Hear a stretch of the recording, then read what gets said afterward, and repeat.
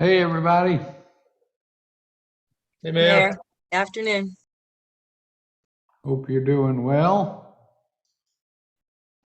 Alrighty, Mr. Chairman, we have a quorum. Only person we're waiting on is Councilmember Warren, but we can get started. Okay, great. Let's see who I got on council members. I got on the call. Councilmember Shade, Jackson, and Appel. Yes. And Gregory. And Gregory. Thank you, Councilmember Gregory. All right. Well, thank you all for being with us today. Join me, if you will, just to start off with a moment of silence. And yesterday, by the way, I came to learn was the International Day of Peace. So let's just contemplate, pray for peace in the world.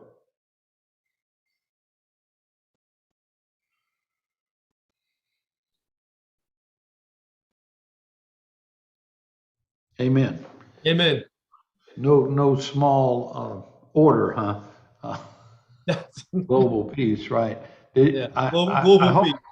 I hope y'all saw the article in the paper this morning about the baskets, the peace baskets that were made both in the Low Country and in Rwanda, Africa, and the women are exchanging the baskets to one another as a symbol of friendship and peace.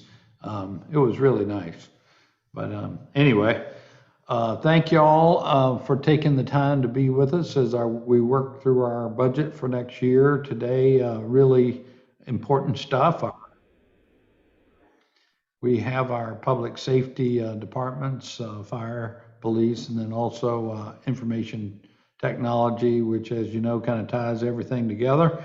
And then the other thing that I asked Amy to go ahead and prepare and bring up for y'all's consideration and advice is on our minimum wage and cost of living increase for next year.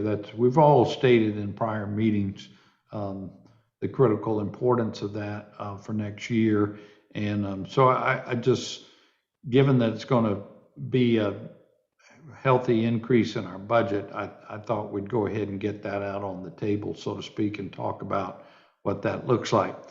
Okay, so first up is our departmental budgets, fire at first, but Amy, do you want to open with anything else before fire department gets going? No, I don't think so, Mayor. Chief, were you going to share your screen or did you want me to share for you? I can share mine, Amy. Great. So we'll go to Chief Curia for your presentation and remarks. Thank you. Okay, thank you. Let me just find the button to share my screen. Here we go.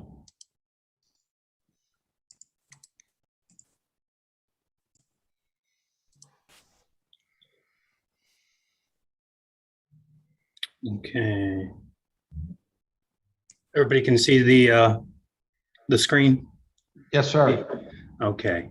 Well, first off, let me say good afternoon. Let me say thank you for taking the time to allow us to go through the fire department's presentation. And let's see here.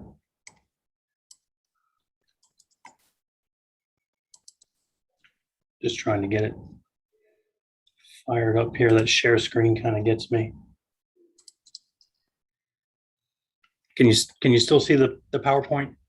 No, now we're looking at your home screen, Okay, let me stop sharing and your menu. yeah, sorry. Yeah. Okay.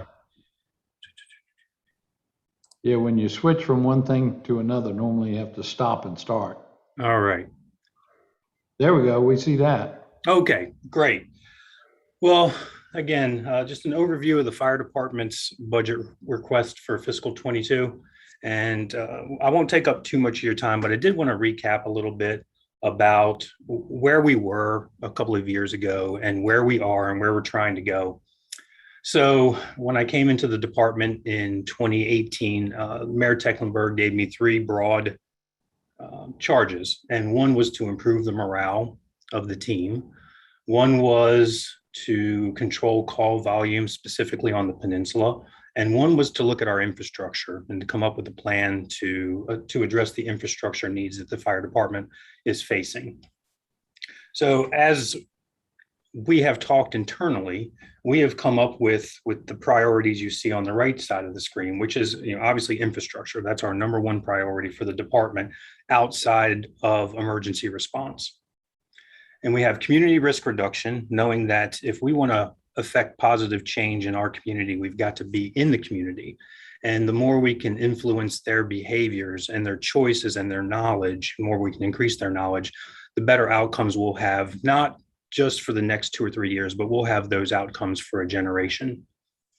And then the professional development of our staff is a huge need. So as we dive into the fiscal 22 budget submission, you'll see that we came forward with 36 requests. Now, what I do want to underscore is that those 36 requests came from a pool of 122 requests submitted from the division heads of the fire department.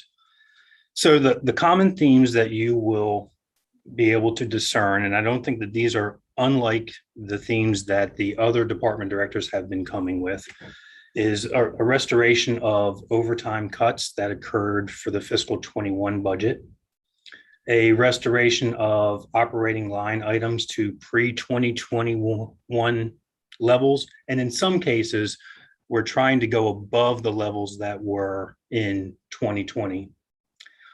The number one request for the fire department is to replace our fleet of self-contained breathing apparatus. And I'll talk a little bit about that. And if I think you probably already know this, but that is the bottles that you see firefighters wearing on their bags.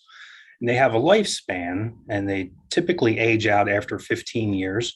So our self-contained breathing apparatus will age out next year. The entire fleet will need to be changed. And the best I can surmise is that after the Sofa Superstore fire, the fire department replaced every bit of its self-contained breathing apparatus. And what I gather is that there were so many things to do within the fire department that nobody gave thought to what are we going to do in 15 years when these need to be replaced. So the issue that we're facing is, one, the bottles expire and we have to replace all of the air cylinders. And then the units that we're currently using, the manufacturer doesn't even make anymore. So they're obsolete and we can't get parts for them. So when we realized that this situation was occurring, we bought parts that will get us through till next year. We've worked pretty closely with Amy and her team to make sure that we had a plan to address this issue in fiscal 22. So we submitted an assistance for firefighters grant application that's available through FEMA. We anticipate that the total cost of replacing all these breathing apparatus and all the associated parts that go with those things is going to be about $2.6 or $2.7 million. So just in the last week or week and a half, we became aware that we're going to be awarded $1.32 million from FEMA. It requires a 10% city match. So it's 1.2 federal and $132,000 matched from the city, which will get us about halfway where we need to be for the SCBA replacement. So you will see our number one priority within the fire department is to make sure that that purchase goes through. Hey, Chief, Yes. can I interrupt and ask you a question? Yes. Is there any way once you refurbish these expired tanks to buy them on a sort of a staggered basis so that every 15 years they're not, we got to go in for the whole enchilada, that we can, replace them on a third or a third or a third or something along those lines? We can. We'll have to devise the plan for that. So the bottles will age out, or the cylinders will age out after 15 years. So the prudent thing to do would be every 5 years, buy a third of your cylinders. And then that way, at the 15-year mark, you're still just on a normal replacement plan for the cylinders. The breathing apparatus that the cylinders connect to, they can be upgraded every 5 years, but they age out. The industry standard is that they age out after 15 years.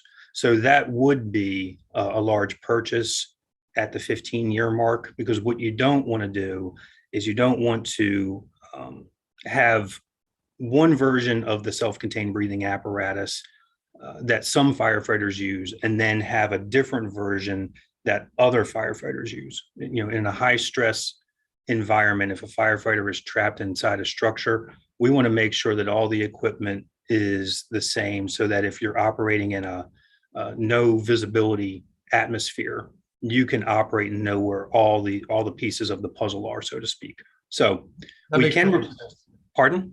That makes perfect sense. Okay. Well, we can, I think the answer to your question is we can reduce this cost for the fire chief that is in front of council 15 years from now, but the cost reduction would be a third of the cylinders and all of the breathing apparatus, but that still is pretty substantial. Thanks. That was very helpful. Absolutely. So our priorities in the fire department remain keeping the lights on, making sure that we are responding to emergencies appropriately. Again, we want to make sure that we keep addressing the infrastructure needs in the fire department. We want to focus on community risk reduction and professional development of staff. So of the 36 budget requests, here are the first half, and I won't go through each one, but if you read on the right-hand side, what you largely see are overtime requests for increases, and you'll see a lot of restore to base. So we're just trying to get back to where we were before the pandemic derailed everybody. But I would point out the number one priority in the fire department are the aforementioned self-contained breathing apparatus. And we've already factored in the money that the federal government will give us with the grant. So we still face a deficit of $1.4 million. If I drop down, I'm just going to pick a couple out, but if I drop down to priority number 4, we see a request for overtime in the fire marshal division. And I don't think I have to tell anybody that these fire marshals are out in the streets every day, every evening. They're walking down King Street on Saturday nights till 2 o'clock in the morning. They're doing after hours fire inspections. They're doing complaint inspections from businesses. They're doing our investigations of fires to determine cause and origin. And right now, the overtime line in that division is 0. So as soon as we call a fire marshal out, we're over budget for the year. Chief, question. Yes. On the overtime. Yes. Could you explain to us what we have lost in terms of public safety without the overtime? Absolutely. So our entire focus when the fiscal 21 overtime picture became clear to us, we immediately triaged, and what we prioritized as the highest priority was making sure that we had enough firefighters staffed on a unit to protect the residents safely. That's been our entire focus, but everything else dropped off the radar. And the fire marshals division, their overtime went away, but again, they have to generate overtime in the course of the year. So we will, we'll find the money during the course of the year to make sure that we cover that. But some of the other big reductions are, if you think about the training that a firefighter has to do, and just to give you an example, we have a hazardous materials team. It's the only one in the region. We have an urban search and rescue team that would address structural collapse or rescues for people that are trapped, high up in buildings. All of those teams, the prudent thing to do in the industry is to make sure that those firefighters can train together so that when there's a high stress, low frequency event, that they all know what the other is going to do. And those teams have not been able to train together for the entirety of 2021. So that is really where we're seeing the deficit. We're starting to see our performance slip, not necessarily in those emergencies that we expect to see every day, the fires and the medical emergencies, but it's those higher acuity issues that we're starting to see the slippage. The other area is, if I go back to July of 2018, when I came in the door as the fire chief, at that point in time, we had a deficit. We had 79 firefighter vacancies in the department, and that was pushing 25% of the department. Now, we have a limit to how many firefighters, how many recruits we can train at one time. It's partly driven off the facilities on Milford and what the facility can handle, but it's also driven off the proper ratio of instructor to fire recruits.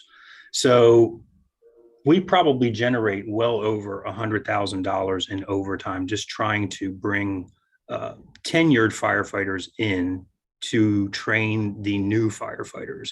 And when you have a vacancy rate that's pushing 25%, it is incredibly important to make sure that these new firefighters get the proper training at the proper pace. So that gets reduced. And so you start to see all these things that are sort of behind the curtain of the fire department, but it's just going to take a major emergency for these things to come to light. So we've been lucky. In a word, yes. Thank you. Yes. Chief, let me follow up a question, if I may, on the overtime. Yes, sir. And that figure of 2,872,990. Yes, sir. And then in the description, it said the overtime cut that we're restoring is only 115,765. Mm-hmm. So explain to me what's going on there, because from what I'm hearing you saying, our vacancy rate has gone down. Correct. But is this $2.8 million of overtime more than the 21 budget? Yes, it is. And Amy and I were emailing back and forth a little bit. So the beginning of this, I believe that BFRC, Human Resources, and Fire will have to sit down to make sure that we're all on the same page about where money is being taken from different line items when overtime is generated. So within that context, with 79 vacancies, that generates a lot of salary savings for the department. So most of our overtime line item for the operations division is appropriated to Fair Labor Standards Act overtime. So it's the overtime we have to pay. Some of that overtime is budgeted for special operations companies. But as our staffing levels go up, that salary savings is going down. But at the same time, the training needs and the minimum staffing requirements in the fire department are staying the same. So in years past, we've been able to draw from that salary savings without hitting the overtime line item. But now that the salary is going to be taken up from firefighters actually staffing the apparatus, we don't have that salary savings available to us. Mm-hmm. But I thought as you got closer to a fuller complement, you might not have as much salary savings, but I thought we were going to save on overtime. Do I have that right? Well, I think generally, yes, we will save in overtime, but we are also facing a situation where the vacation that firefighters are accruing, it's way above what we can carry from year to year. We have our vacation book, if you will, the vacation slots that the fire department has available to it largely go, some of those slots go unfilled from day to day, which helps us with our overtime. Mhm.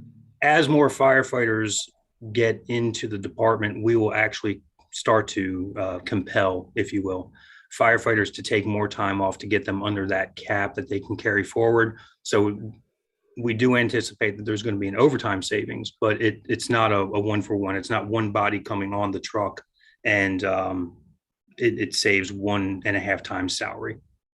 I see. All right, sounds a little complicated. And I don't know if Amy wants to chime in on any of that, or if Amy and I just talk about it later offline. And what is the $4.6 million figure in the description? An increased total budget to 4.6 million in operations. That would be the 2.8 that's being requested in addition to what's already in there. I see. So Yes, Mayor, sir. we typically budget around $2 million for fire. In 2021, we cut $115,000 in overtime. And so it's the two that they normally get plus the additional to make the 4.6. I see. Okay. Okay. All right. Thank you. Some of the other things I just wanted to point out is priority number 5, emergency management was put into the fire department for the current fiscal year. And again, a lot like the fire marshals, we know that a lot of their work is after hours work. And given the unpredictability of when they're going to have to require, or when we're going to have to require after hours work, it's hard to modify their work schedules to make sure that they are under 40 hours per week without some type of an overtime situation. If I skip down to priority number 20, I did want to point that out. We combined 2 firefighter positions during the current fiscal year. That was to put in the recruitment manager for the department. And I believe I've said before that what we find is that the Charleston Fire Department is about 92% white male. And over time, I want to make sure that we more accurately reflect the community that we serve. So we've put a recruitment manager in place, and we don't have the demographic information yet from the most current hiring process, but the charges that we gave that recruitment manager, one was to diversify the applicant pool. The second was over time to diversify the rank structure of the department. And third, we want more local applicants. So we don't have the diversity numbers yet, but what I can tell you is in the most current hiring process, just about half of our applicants were from South Carolina, which is an improvement. One of the things driving our vacancy rate is that we bring firefighters in, or we bring recruits in from out of state. We give them world-class training. They stay for 2 years, and then they go back to whatever state they came from. So if we can hire local, we stand a better chance long-term of retaining our workforce. So Chief, how many of the in-state are within the Tri-County area? I don't have that number yet, but I can get it and I can bring it back to you, certainly.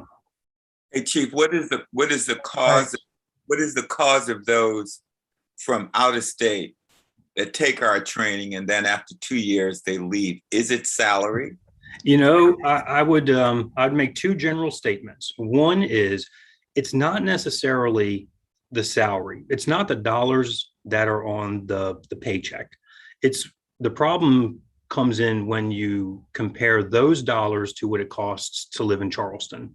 So it's a cost of living issue. Of course, salary is a component of that. And then the second part, and this is just my reflection upon the information in the exit interviews. It's when these trainees come down, they come down with a spouse, and eventually they want to have a family. And what they find is the mortgage or the rent plus the car payment is difficult enough. When you add daycare in there, it's breaking their backs. So they end up going back to their hometown, and theoretically, so mom can help with the childcare. So those are the 2 main issues that I see. Chief, Yes. just as a follow-up in terms of cost of living, do we ever advise the recruits regarding programs that might be available to assist them in housing, such as the Officer Next Door program? And I think there are a number of others. Mhm. Do we have that discussion with them? You know, we don't currently, but we're actually in the final stages of developing a mentoring program that will roll out to our new hires. And one of the focuses of that program is to take the salary of a recruit firefighter and just in general terms, back out all the deductions you would expect to see and come up with a general number, and then try to figure out how that recruit firefighter can live on that amount of money, and then devise those strategies to point the recruit firefighter in the right direction to make sure that he or she knows what's available for assistance, maybe knows, apartment complexes that he or she could turn to that maybe offer discounts to first responders, that type of thing. Because the same thing holds true in terms of homeownership opportunities. Absolutely. And I think that could be a possibility to sort of keep them here. Thanks, Chief. Absolutely. And I think the last one I want to point out for everybody is the priority number 35. And you see it's a high dollar amount. It's $812,000, but it's for 8 positions in the fire marshal's division. And again, if we want to affect change in our community, then the worst thing we can do is say our highest priority is to respond to emergencies. Our highest priority has got to shift to preventing emergencies, and it's got to shift to educating the public on what they can do to solve their own problems prior to the fire department arriving. Or it's also educating the public so that if there's and a good example is a cardiac arrest event. If there's a cardiac arrest event in the community, the quicker we can get CPR started on the patient, the better off. For every minute that somebody goes without CPR, they have a 10% less chance of survival.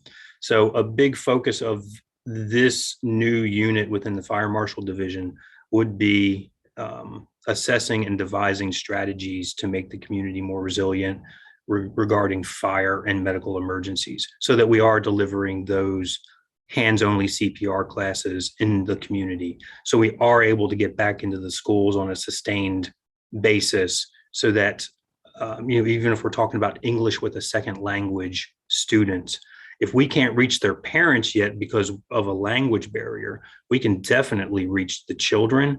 And if we can educate the children and rely on the children to educate the adults, then we start building the community that's going to be able to, one, rebound from an emergency, but also prevent the emergency before the 911 call is ever made. One other question, Chief. Yes. How do you marry your public safety function with occurrences where there's really a need for social service as opposed to public safety? Absolutely. So that's actually an emerging trend in the fire service right now. And I think the current answer is we don't do enough. And we rely on our partners with the police department to help us along with that. But I believe that if we're talking long-term and we're talking about this community risk reduction program, then a very natural byproduct of that is getting people the help they need when they need it. So partnering with our mental health counselors in the community. But then it's also, if we have those people in the community who are constantly using the 911 system, but they're using the system to solve a problem that is not an immediate emergency, then that's another place where this team would really come into benefit for the city. What they would be able to do is they would be able to proactively communicate with the resident and make sure that if it's a medication issue, if it's a mental health issue and it's related to medication, that they can make sure that the patient is taking the medication. Oftentimes what you find is they don't take the medication, not because they don't want to, but because the medication has, they've used it and they just haven't gotten it refilled. We can make sure that those things are taken care of on the front side of the emergency. Thank you. Absolutely. Councilmember Jackson? Thank you. Well, Sorry, sticking with that same number 35, Chief, can you speak a little more about the potential for new revenues? I mean, it's probably not a big moneymaker, but is that coming from private industry or the schools, or who would be? that would be more from the business community. So if we started, permitting and making sure that permitting dollars were being generated. Sometimes, there's a different permit that's required for assembly occupancies. There's different permits that are required if you have a hazardous material stored within a building. So all those things, it wouldn't offset the $812,000, but, and I'm just going off memory here, I believe we thought that it would generate about $125,000 to help with that program. Okay, great, thanks. Absolutely. Hey, Chief, also on number 35, Yes. sometimes we can't fund something like that all at once, all at one time. Can you phase this? You got 8 new positions. Can you work them in over time? Is that not, what would give you enough gravity to make a difference to get started, so to speak? Yeah, I can absolutely phase this in over time. I think a good start, and please know that I am aware that we are still within a really, really tough budget scenario. I know that. I just want to make sure that I'm bringing these things forward for consideration. But if the city wanted to move forward with that priority and the entire request couldn't be funded, I think a good start would be 2 or 3, and then maybe we take a 3-year approach to build up, and that might even give us the chance to refine the program as we're doing it, and maybe even get some help over in the emergency management world as a crossover responsibility. Mm-hmm. Thank you. Absolutely. Anybody have any other? Well, here's your overview. Yes. So total amount requested is 7.3 million. Obviously, an increase over the previous 2 years.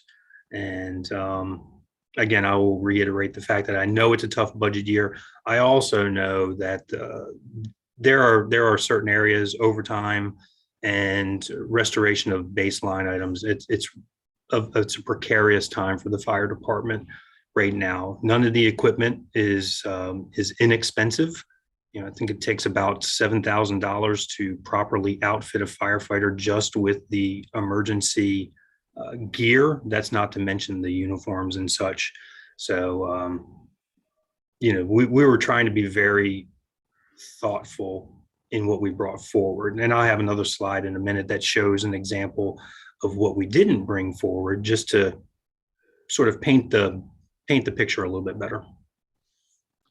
Chief, Yes.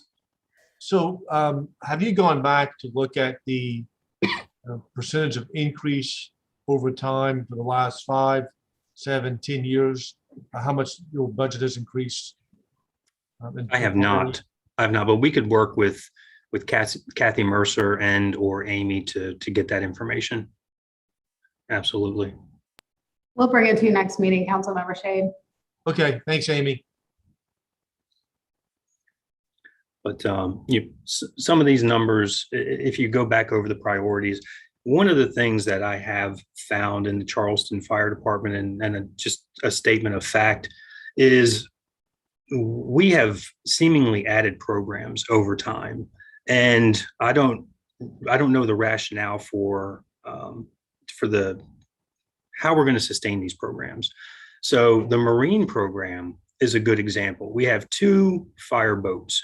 They're absolutely necessary in our community, given the number of waterways that we have. But we have little to no money to maintain the fire boats. Hazardous materials, we're the only hazardous materials team in the region. And that is some of the most expensive equipment available to a fire department. Yet, at least if we roll back a couple of years ago, there wasn't really a plan to maintain our competitive edge when it comes to emergency response in those areas. So some of these things, some of these priorities that you see are really an attempt to make sure that we can be the fire department that we need to be going forward. So, Chief, that leads me to a question. If we're the only hazmat response team in the whole region, do we tap into the resources from our colleagues around the region? Well, we all operate on an automatic aid agreement. So anytime anybody calls, any fire department, pretty much in the nation, is going to send the resources. So I think on the surface, you could say, well, do we ever get money back if we have to go up into North Charleston? Do we ever get money back from the North Charleston Fire Department? And the answer is no. And that answer is because there are times when we're relying on the North Charleston Fire Department to aid us. So it's, it all seems to even out. Like right now, our larger Marine unit has been out of service for several months. So we're relying largely on North Charleston to pick that up for us. So I think if you take your question just one step further, I believe the natural evolution would be, if it's a hazardous materials call, can we recover monies from maybe the business that had the hazmat accident? And that's one of those things that we can definitely look into. There are laws in place that would allow us to pursue recovery of the equipment, not necessarily the personnel cost, but the equipment cost. That can be a little bit of a contentious issue. So I could certainly bring that to Public Safety Committee and see if we want to pursue that in the future. I'm happy to do that. Well, not to be mercenary, but it does seem like, if it's sort of a one-way delivery service that we find ourselves in, that we should at least know what we're giving up, by taking on those costs solely in the city. So I think I would hope that Councilmember Shedd, our Public Safety Chairman, could, put that on as an interesting, at least a FY information and maybe to be continued item. I just know from our prior experience, Councilmember Jackson, the interrelationship that we have with our regional fire departments and how they interact with one another. And so it's not so much a quid pro quo, but there is overlapping coverage that they work with from time to time. And Chief Curry can correct me on that, but I will certainly put that on our next, not this upcoming one, but maybe the one after public safety agenda. So Yeah, thank you. I mean, especially if the private sector is involved. I mean, people get bills for ambulance service. So it does seem like there's some, and I know that's simplification, but it does seem like there would at least be some reasons to know what we might be able to tap into as far as help from our friends in the private sector. sure. So, well, thank you for that question. Just to keep going. Oh, wait a minute, Chief. Mr. Mayor, I have a question. Yes, sir. Councilmember Waring, welcome. Thank you. Chief, with the hazmat, why wouldn't the county, I understand the reciprocal agreement and the allied agreement we have with neighboring fire departments, and I think that's great. Keep that going. Why wouldn't the county this be a question put forth to the county, because obviously a hazmat need is something that is not just germane to the city of Charleston, but obviously for the county as well. Right. To me, that's almost a little bit like EMS. Okay. I mean, the city doesn't have its own, I don't think we do anyway, EMS. I thought the county kind of contributes towards that. They do. Why wouldn't the county look at this as being at least partially responsible for part of that response? And the same thing with our marine piece, because if somebody gets all the jurisdictional waters that our boat goes in, our city waters, are they also creeks that run through the county? I mean, seemingly to me, that should make sense that the county should have at least be asked anyway. The question should be posed. Anyway, I thought I'd bring that up. Those are two great questions, or one question with two components: the hazmat component and the marine component.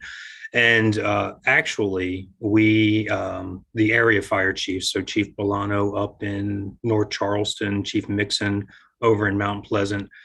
We met, I'd say, about a week and a half ago, and that was one of the topics of discussion. And what we all collectively agreed on is that the county currently has a vacancy in the emergency management director position.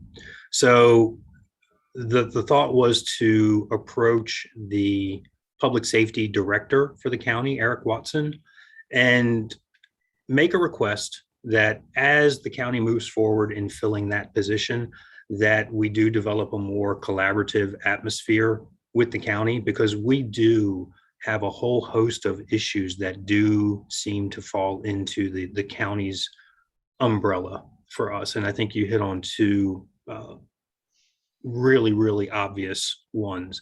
Now, if you take it a step further, if we take hazmat for an example, the county wouldn't have the capacity to develop and implement a hazmat team, but the Charleston Fire Department has that. So being able to tap into training opportunities and funding opportunities, since theoretically we will be engaged in a countywide response. Those are the conversations that we've agreed to move forward to the county. Yeah, that's what I meant, not from the standpoint, just from a participating with funding it, not necessarily developing their own. Absolutely. So that was the conversation that the area fire chiefs had probably a week and a half ago. So we're moving forward with that. Thank you, sir. Absolutely. Great question. Thank you. Yeah, And as a follow-up to that question, while the county may not have the capacity at this point, is it possible to have discussions regarding consolidation like we did with EMS? I'm not sure I follow your question, council member. Consolidation of EMS. Well, and maybe I'm wrong. EMS is now central in terms of its responses, aren't they? I mean, it doesn't go to Charleston specific, does it? Oh, so not the city of Charleston. No, it's countywide for EMS, and that is one of those things that is housed within Charleston County government. Yes. Yes, and I'm asking is, knowing that the county doesn't have the capacity, perhaps they need some capacity building. And if they did that, just as a follow-up to Councilman Waring, if we consolidate that effort, would it be a savings to the city of Charleston? Or would it then provide the city of Charleston some financial relief? I think it could. I think it could provide us financial relief. One of the hurdles that comes to mind, which it's just something we'd have to work through, is that all of our specialty teams, so your hazmat team, your marine team, your USAR team, they're cross-staffed with frontline fire apparatus. So that means if there's a hazardous materials call right now, we're going to take one of our fire units out of service so we can staff the hazmat unit. The more we collaborate with the county we just have to work through what if the Charleston, the city of Charleston Fire Department's hazmat unit is routinely leaving the city limits? How do we backfill those firefighters to make sure that the frontline fire apparatus is maintained? It's just one of those challenges that we could work through. Thank you. Absolutely. Thank you. So just moving on, I wanted to touch very briefly on the facilities request that we had passed over to Parks. And I know I've sent a memo to every council member a couple of weeks ago, just giving an overview of where we are from an infrastructure standpoint. So we had passed on 4 requests to the Parks Department. The 2 highlighted ones are the ones that came forward to you when Jason Kronsberg made his budget presentation. But if during this presentation, if I keep saying infrastructure is a priority for the fire department, and then you don't necessarily see that portrayed in the documents, I wanted to make sure that in addition to the new construction that will commence over the next several years, we are thinking about the existing facilities and how to make them livable for our firefighters for the next several years. So I just wanted to put that up there for general information. Oops. So just very quickly, again, I said there were 122 requests that came forward from the different division heads in the fire department. I just wanted to use this as an example of something that in a non-COVID year would be an extremely high priority for the fire department, but just with the cards that were dealt, this didn't come forward. And this is just for illustrative purposes. Emergency management was moved to the fire department this year, and they have 3 positions.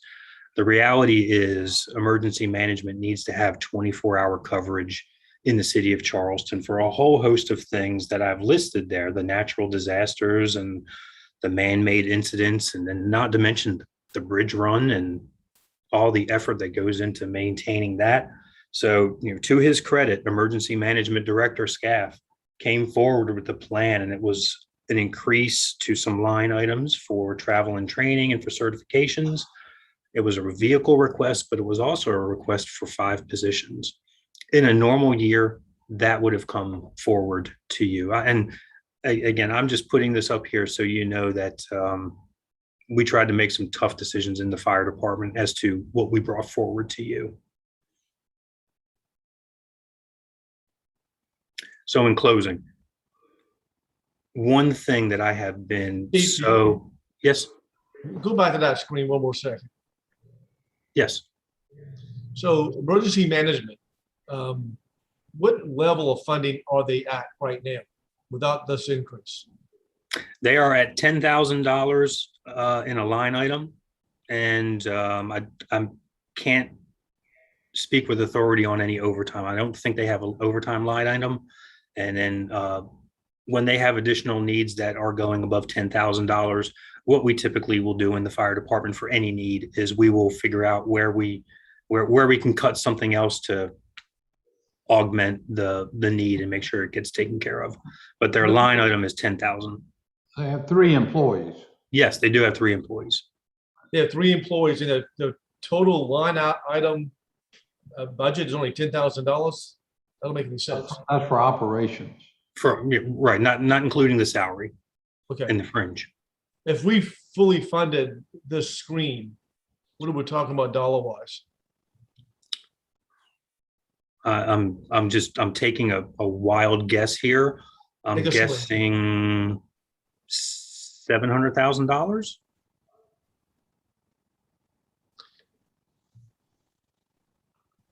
I was going to say 500, but probably you're closer. I'm really just taking a guess though. So what we can do, like I was saying, everybody came forward with the budget requests. So we have some very general dollars attached to these requests. I will put it together and I will get it to this committee.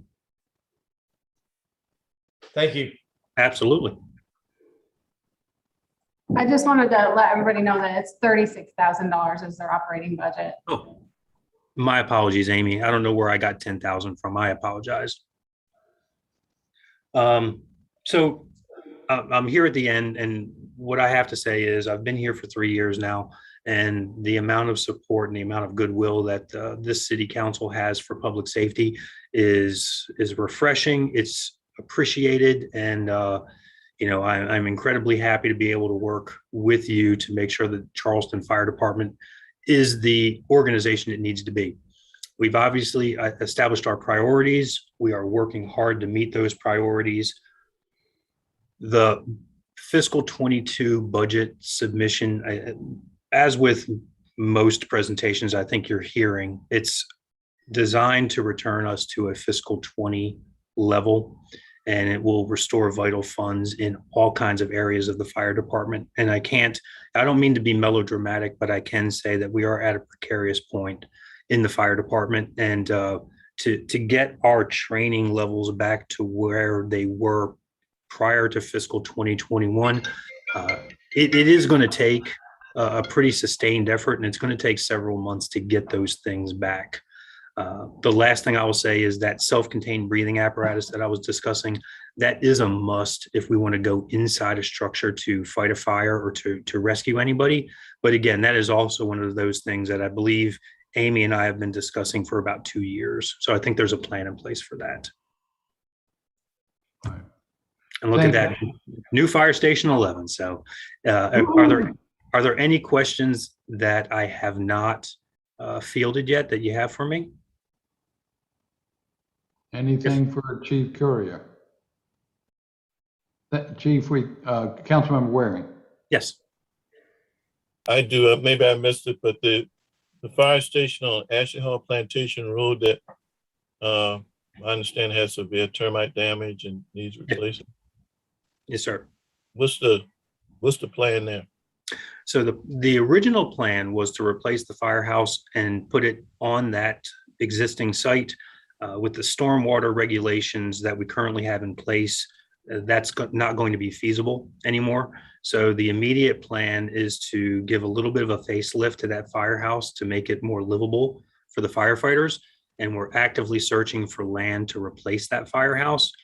We found a plot of land in the area in which it needs to be. And I believe real estate is pursuing with the landowner to see if we can go ahead and get that land and then just hold it until we need it for construction. Okay, so that building, as you all have made an assessment, cannot be rehabilitated? Absolutely, it can't be rehabilitated. No, the termite damage is too extensive. And to give an example, when the gentleman from Parks went in to assess how much of a facelift could be done in that firehouse, he was afraid that if we took the kitchen cabinets off the walls, there would be nothing to affix new kitchen cabinets to. So that's where we are with that facility. Okay. All right, thank you. I think another issue with that property, Councilmember Waring, was that it's not a big loss of property, but the expansion of the Mark Clark along there was going to take a little bit of the backside of the property and it was too small to start with. So anyway, that was a factor as well. Okay. If I could chime in a little bit to Councilmember Waring's question, I had visited that firehouse about a year before Chief Courier came on. It was in bad shape then. And one of the issues, Chief Courier, if I correct me, is that they have to move that apparatus in the event of a flood. There was an issue getting out of the firehouse with high water. Am I accurate on that? I know at least in the back parking lot, there are issues, which then leads to issues with the firefighters' personal vehicles. So I know that there are issues with water coming in the back of the structure. As far as the front of the structure, I'm not aware of any issues at that firehouse. The big issue for that is at Station 8 on Hugie Street. Okay. Yeah, I may have gotten them mixed up. Okay. Thank you, Chief. Absolutely. So I am a couple of minutes over my time. I do apologize. And I also apologize. I actually have to go to a different meeting, but thank you so much for allowing me a chunk of your time to talk about the fire department. Great. Thank you, Chief. Okay. Appreciate it. All right. I'm going to stop sharing now. Yeah. And next up is the police department. Chief Reynolds, are you going to make this presentation or you have somebody to help out? I am, yes. Greetings to everybody. We ready? Amy, do you want me to start? Sure, go ahead. Okay. Thanks to Amy and Andrew and the CFO's office for helping us last year. As Dan Chief Curia talked about, it was a challenging year, and this year, just being able to sort through our priorities and get the details necessary to even get to this place to discuss this. I know it was a lot of work from her and her team. Thankful for that. I'll just talk briefly about our priorities in general, and then I'll get to the budget itself. As I've said, every year since I've been here, our greatest asset is our human capital, our people, our talent.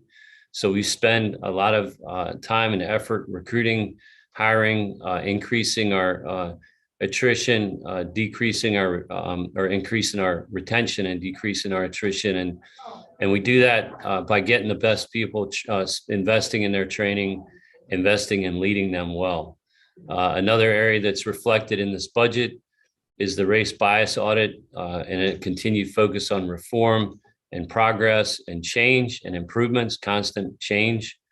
Also partnerships and collaboration and working with other entities in the public and private sector.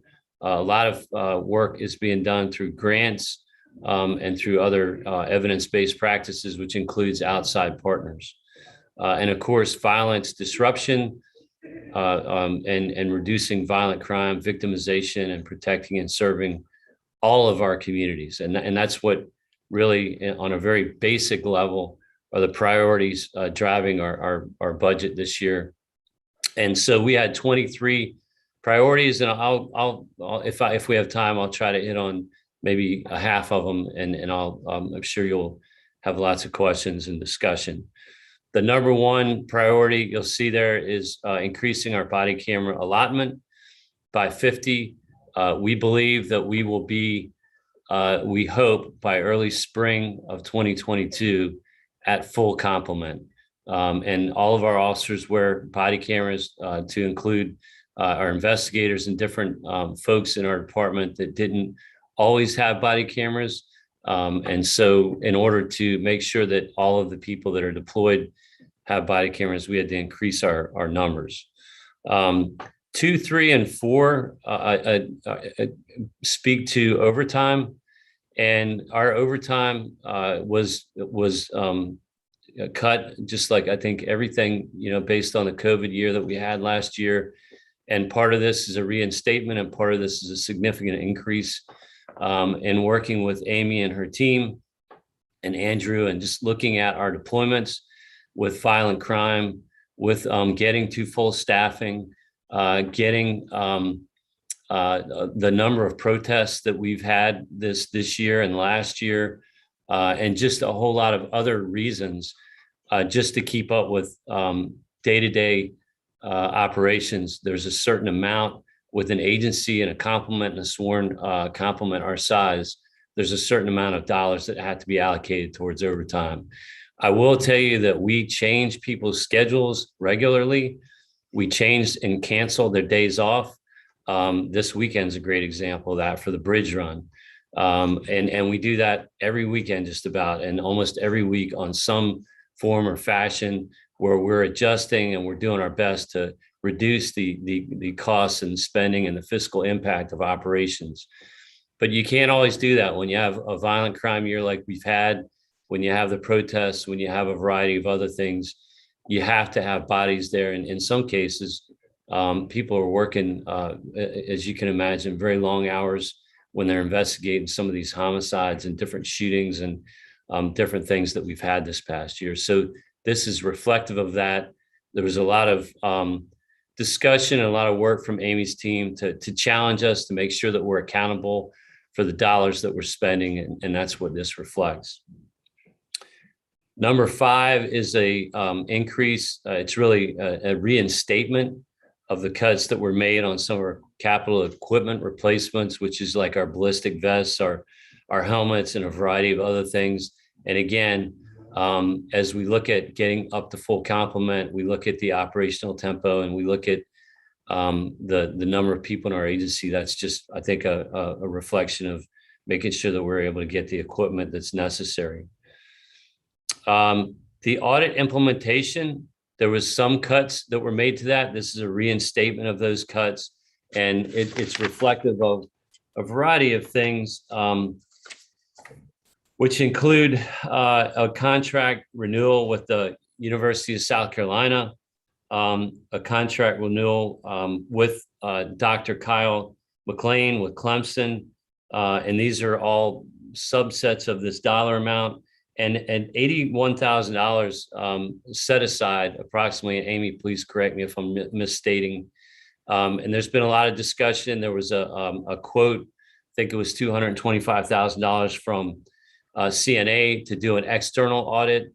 And we have chosen to put money in the budget, which is less than that large amount, because we have these other partnerships. We're leveraging the Justice Innovation Lab, the Center for Police Equity, and other partners who have agreed, and other grants where they're helping us, where we believe that we can leverage a lot of other partnerships, leverage some of these dollars to get an external view to make sure that there's legitimacy to the audit, to what we're doing, to the updates, the changes that we're making in our policies, our training, our equipment, our practices, that we're actually doing what we say that we're supposed to be doing. Because there's a lot of people that have distrust for the police department, that have very good questions that we're answering.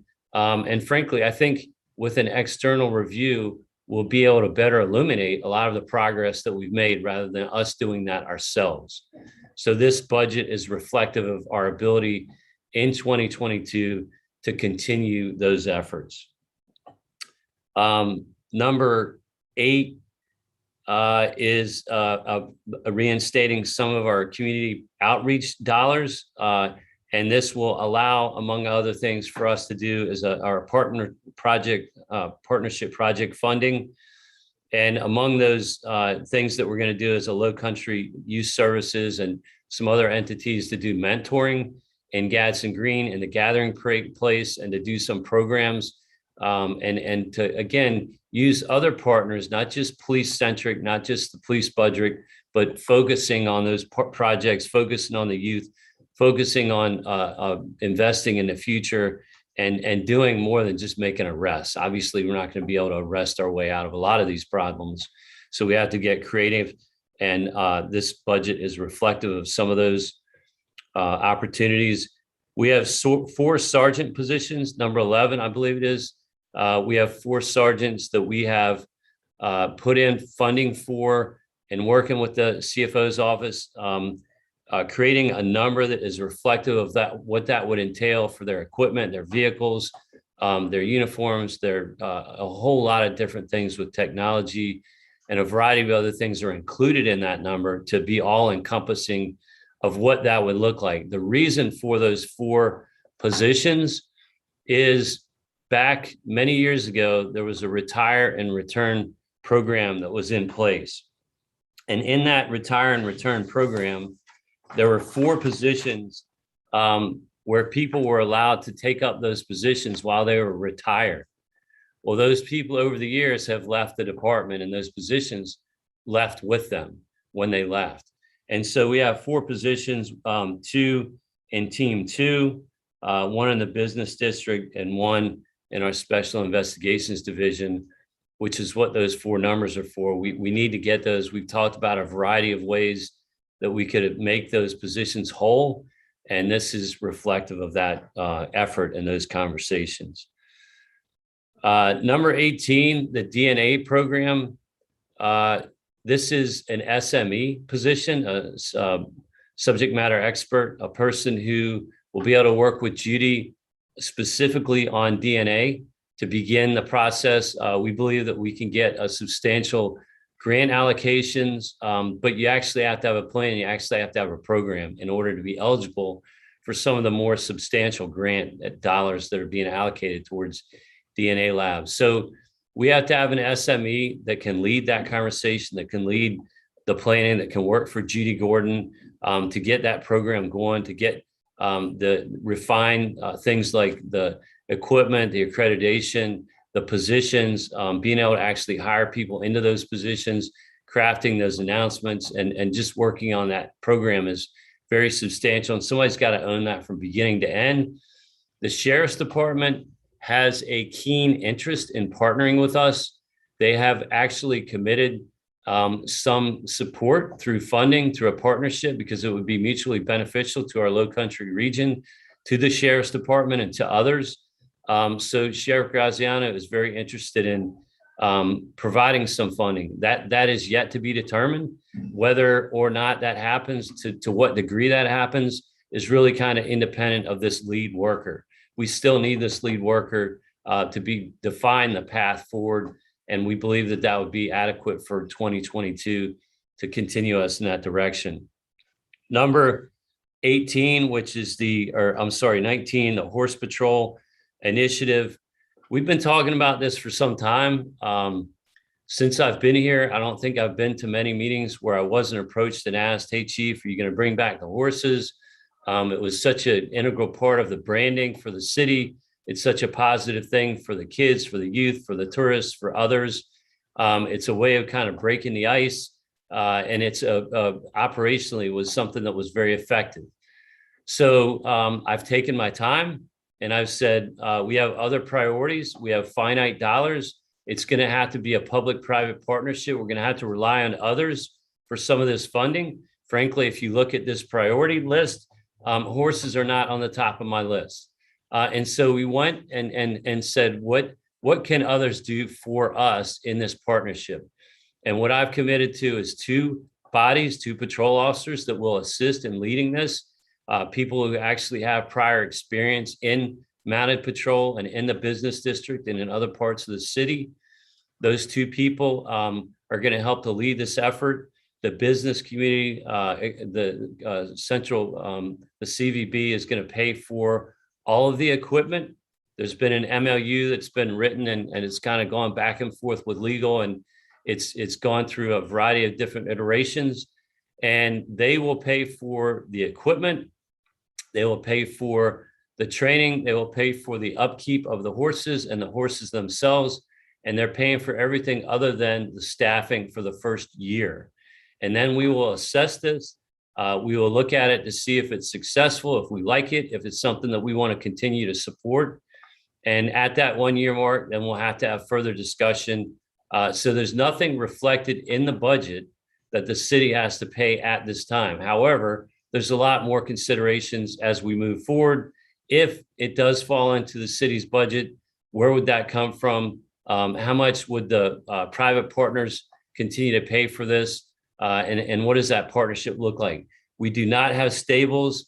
Back many years ago, most of you on this call are familiar with the horse program and those stables in Hampton Park. We don't have stables that we have to pay for, that we have to do maintenance for. These horses will be cared for by the carriage industry. There's already an entity that has agreed to do the shoeing, to do the veterinary, the caring, the upkeep, exercise, feed, and hydration, and all those types of things. So there's been a lot of thought that went into it. I can tell you I hit a very hard pause early on because we have so many other priorities: computers, vehicles, fleet, our in-car video cameras, staffing, and a variety of other things. So I'll stop there. I see Councilmember Shada has a question. Chief, I appreciate the amount of effort you've put into this. You've heard the call for this. Can you relate to us the value of this horse patrol, besides just the aesthetic part of it and the community outreach portion of it, from a tactical standpoint, policing standpoint? What benefit do you see out of this? So the horses are going to be used mostly downtown in the business district areas. However, they're not limited only to the business district areas. We'll be able to take them out into some of our other communities as well. And I see us using them for community events. And again, all of you have experienced it here. I can tell you when you are out in a community today, unfortunately, there's a lot of people that see this uniform, that see me as a police officer and don't trust me and don't want necessarily even engage with me or talk to me. And the only thing that maybe they've seen is some of the negative things on TV. And there's a lot of reason for distrust and other things. The horses have operational benefit and value in patrol, in and around the tight areas in the city. But they also have a lot of benefit in building relationships with our community, frankly, and breaking the ice and being able to create conversations and being approachable and sharing information, helping us solve problems. And yes, there is operational benefits as well. And those operational benefits are that you got an officer on a higher height that gives you a different visual component. But does it also help with like crowd control or anything else along those lines? It can, but we're just starting with 2 horses, and I think that that's potentially a benefit. Other agencies very successfully use horses in a variety of different ways, and that's one of them. And yes, they have a lot of different benefits operationally, and that's one of them. Councilmember Jackson.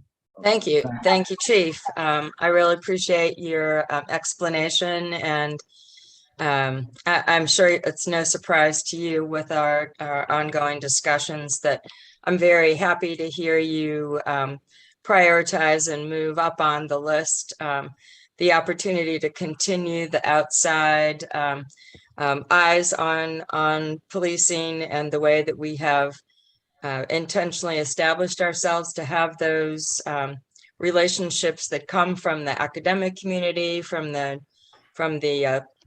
public and private services community. So I really applaud you for continuing that part of your mission. And basically, we just need to continue to demonstrate by our actions, not our words, that we are, improving policing, as you said, evidence-based, the community outreach programs, all of the equity and the justice organizations that have already, come to Charleston. So anything that we can do to, solidify and make as absolutely excellent as possible. And then I do think that we become a model, and there's a lot of money out there, as you obviously know, and we have a very highly, I think, experienced grants coordination program. I'm glad to see you're trying to upgrade that to a special projects manager. One detail, and I don't really need this to go into a program discussion, but I also support your DNA technical lead. Again, I think there's a lot of outside funding for that kind of thing. So I'm glad that that's already been highlighted.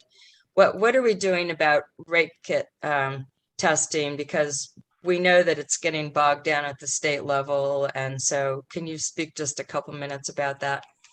Sure, that's another benefit of having our DNA lab, which we will have one day. It's something that I know the mayor's talked about, you talked about it, others, I think correctly so, have demanded that we make sure that we don't have victims' evidence not being processed or falling through the cracks, or things that are a priority that are frankly diminishing the case, the investigation, and the victim's rights to justice. And so this will allow us. We do have a good relationship with SLED, and there's not many others in the state that have a DNA lab processing capability. Richland County Sheriff's helps us occasionally. SLED helps us when there's a serious case. They prioritize it, but frankly, their backlog is significant. And I know that they're investing in SLED and a new upgraded capability. There's some pretty significant improvements that they're going to have, but that's not going to be enough. And when you look at what's going on in the low country, you look at how much we're growing, you look at the complexity of our investigations, you always want to find force multipliers, certain things that can really help us a lot. And this is an area where, frankly, there's not enough capacity. And there have been test kits over the years. Nationally, there's been a lot of research done on not testing kids and having additional victimization or cases fall through the cracks because of that. And so I think this will enhance our ability significantly. Yeah, thank you very much for emphasizing that. I appreciate it. And Judy's done a lot to catalog those cases to make sure that we don't have any that are at least prioritized and make sure that those are getting tested. Councilmember Gregory? Yeah, Chief. I mean, with all this misinformation and disinformation out there about defunding police departments, could you talk a little about what are some of the things that you're doing? I know some of them you're already doing in terms of social service. What are you doing to sort of buttress the need for better coordination, I suspect, with social service organizations? Because as we know, some of the emergency calls you get are really not calls that involve public safety per se. What are some of the things that you're doing creatively to try to marry the public safety component of your operation with social service that may be needed? Wow, we could spend a lot of time on this, and I think that's a great question. And I think the whole idea of kind of reimagine policing, I embrace that, right? Because what that says essentially is the police should not be responsible for everything. It says the police typically have been given everything, and they're the ones that do the mental health things, and they're the ones that deal with mental illness and homelessness, and they're the ones that deal with the opioid crisis and all the violence things, and even violence. MUSC, and I know Councilmember Shealy and the Wellness Committee and others have really done good work to identify some opportunities with Ashley Hink and others to make sure that we are partnering with them. And that's a good example with violence disruption, partnering closely with them. I can tell you with the gathering place at Gadsden Green, and that's just one of many, many examples. How can we get programs in there, not police centric, that are helping advocate for women, helping to make sure that the proper social organizations, FEDER and a lot of other FEDER and a lot of other organizations are able to get in there to help, because we're a good connector. We're a lot of people do, despite what you hear in the news, I think a lot of people do respect the police. They value that we're in there. And so they're looking to us to get connected with others in the rec department, in the hospital, in the healthcare system, with housing, with mentoring, with positive role models. There's a police foundation that's being established right now, a group called Lens that really wants to connect with resources with some of those entities to take the police out of it in some cases, and try to help people with job training, with resumes, with placement into jobs, a meaningful employment, with positive role models, with trauma care, with all these shootings, the trauma, the cascading effect on our communities is so significant. When you look at the COVID impact with schools and being online and some kids not having access to technology. And I think you could probably tell that I share, I think, the heart that you have, and that is that we have got to do so much more to help people. We cannot arrest our way out of the opioid problem is a good example. So ACT Force, which is an addiction crisis task force, has so many members on it to try to get follow up with families. And Chelsea Taylor, speaking of our grants coordinator, she ran in my office yesterday. She said, "You want to hear a good story?" And I said, "Yes, please. I always want to hear a good story." And she read me a report, a 2-page report of how one of our counselors in the department was able to do a follow-up with the family that wouldn't have otherwise gotten the assistance that they got. And this person in crisis is able to actually, is getting counseling now, is actually enrolled in a program. And somebody who maybe, I think probably would not have survived is actually engaged in getting some help. And we always say, if we save one life, it's worth it. We can't fix all the problems, but we need to do more than we're currently doing. So yes, we're connecting to a lot of other resources.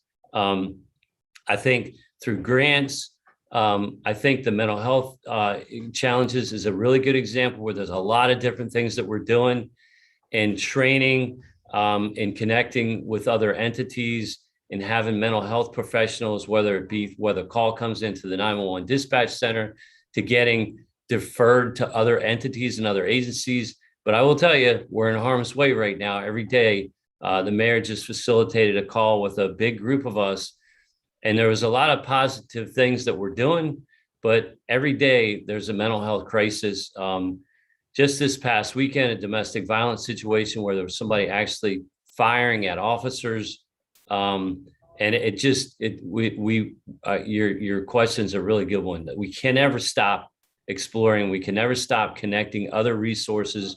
We can never say, hey, we're the police, we're the cavalry, we're coming, we're going to arrest it, we'll fix it. That's the old way of doing things. That is not efficient. It's not effective. That is why people are saying defund the police, because if you're investing everything in that approach and that mentality, then you're really putting resources towards a losing cause in many cases. So how do we leverage what we have? How would he slow things down and say, no, the police aren't the solution to everybody's problems. The police need to be part of the solution. They need to be a partner. It's a shared responsibility. And I'm pretty passionate about that. I think there's more partnerships that we need to continue to develop. There's more that we need to do with grants and being creative with our solutions. And that goes in a lot of different directions. Thank you for that answer, Chief. I kind of knew that you were one of the people that's reimagining how we approach public safety. And I think as a city, I'm grateful that you're there because I know and I feel your passion. And I agree with you. This is not anything dealing with defunding anything either. We're just reimagining our approach to public safety. And I really, really appreciate your answer. Thanks again, Chief. Yes, sir. Thanks. Councilmember Waring. Yeah, thank you, Mr. Mayor. Thank you, Chief, for your professional approach. As we continue to evolve in our racial bias audit, it was this city's leadership, obviously your leadership that is implementing it.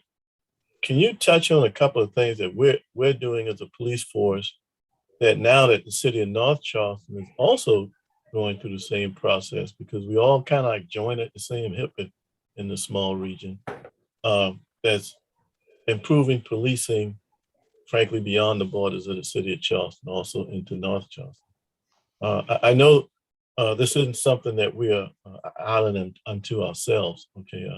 Good ideas for us could be good ideas for North Charleston, Mount Pleasant, the county, the sheriff's department, et cetera. Could you touch on some of those? Sure. I talk to Reggie Burgess regularly. We call each other brothers from a different mother. I have so much respect for him because he was born and raised here.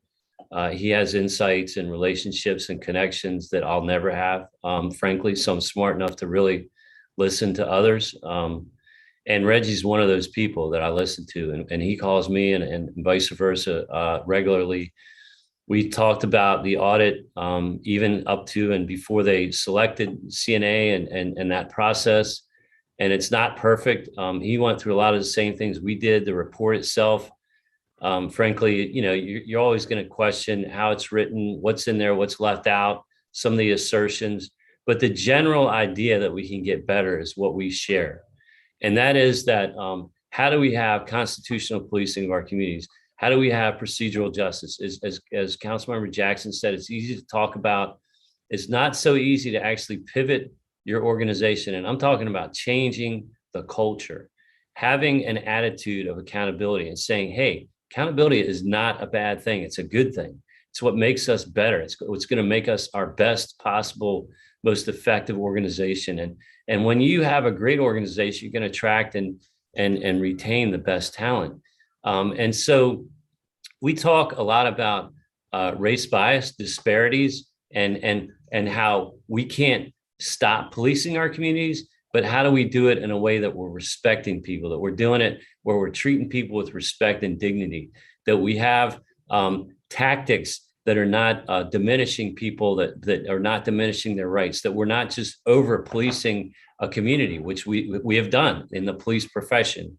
We've done it in the city of Charleston. I've talked to many people who they want the police in their communities. They want to be protected. They want more police with all this violence and shootings, but they want to be treated with dignity and respect. They wanted to know if they're African-American and they're in our communities and they see a Charleston City police officer, that they're going to be there to protect them, to help them, to respect them, to embrace whatever their needs are, to talk to their kids, to roll their windows down. That's going back to the horse thing, to get out of their car, to get on the bicycle, roll their windows down, to actually get to know. I've had parents say, I want you to get to know my kids.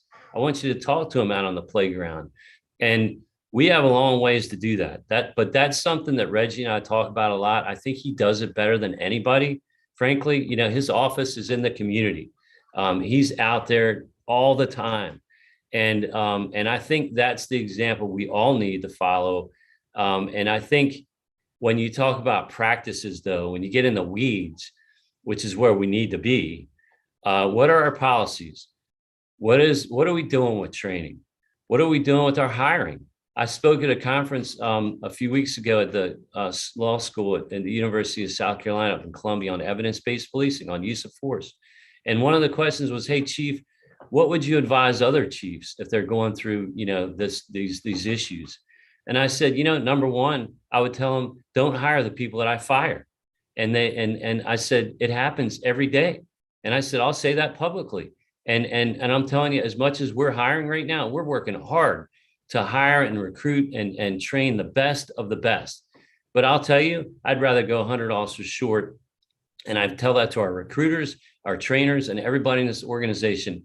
I would rather be 100 officers short than hire people that don't belong in this badge, in this profession, in this city. And I really mean that. So there are one thing, you can talk about it, but are we living it? Are we attracting good diversity, women in policing, African-American officers, Latino officers, people that have different languages, different cultures, different experiences, different ages, different life backgrounds? Those are things that we're working really diligently on. And we have a recruiting team with Terry Cherry and Anthony Gibson and some other folks that are just, it's amazing what they're accomplishing. But I'll tell you, and Dan said this in his remarks, and I say this to our troops, I say it to the community, I say it to you, I'll say it to the media. We're in a city that demands the best of our public safety and our policing, but there's support for the police here. And it makes a difference, I promise you. If you go in other parts of this country, they've turned their backs on police chiefs, on the police officers, on public safety. And I'm telling you, once that happens, our hiring, our attrition, our retention, it'll all go out the window very quickly. And so here in this city, and it's not blindly supporting the police, it's saying, hey, we want a high standard, we want accountability, we want the right outcomes, we want all of our people in this city, no matter what their background is, their race, their gender, their beliefs, treated with dignity and respect. And we demand that of our department, but we're going to support our police officers. And so Reggie and I have that high burden of command where we have circumstances where our policies aren't what they should be. Our data, and a big part of this audit, we're digging into our data, and there's a lot more that needs to be done. We're not anywhere near where we need to be when it comes to data and being able to have a good conversation about who we're stopping, what are the outcomes. And disparate numbers does not automatically mean bias, but what strategies are we using in our communities to keep the community safe?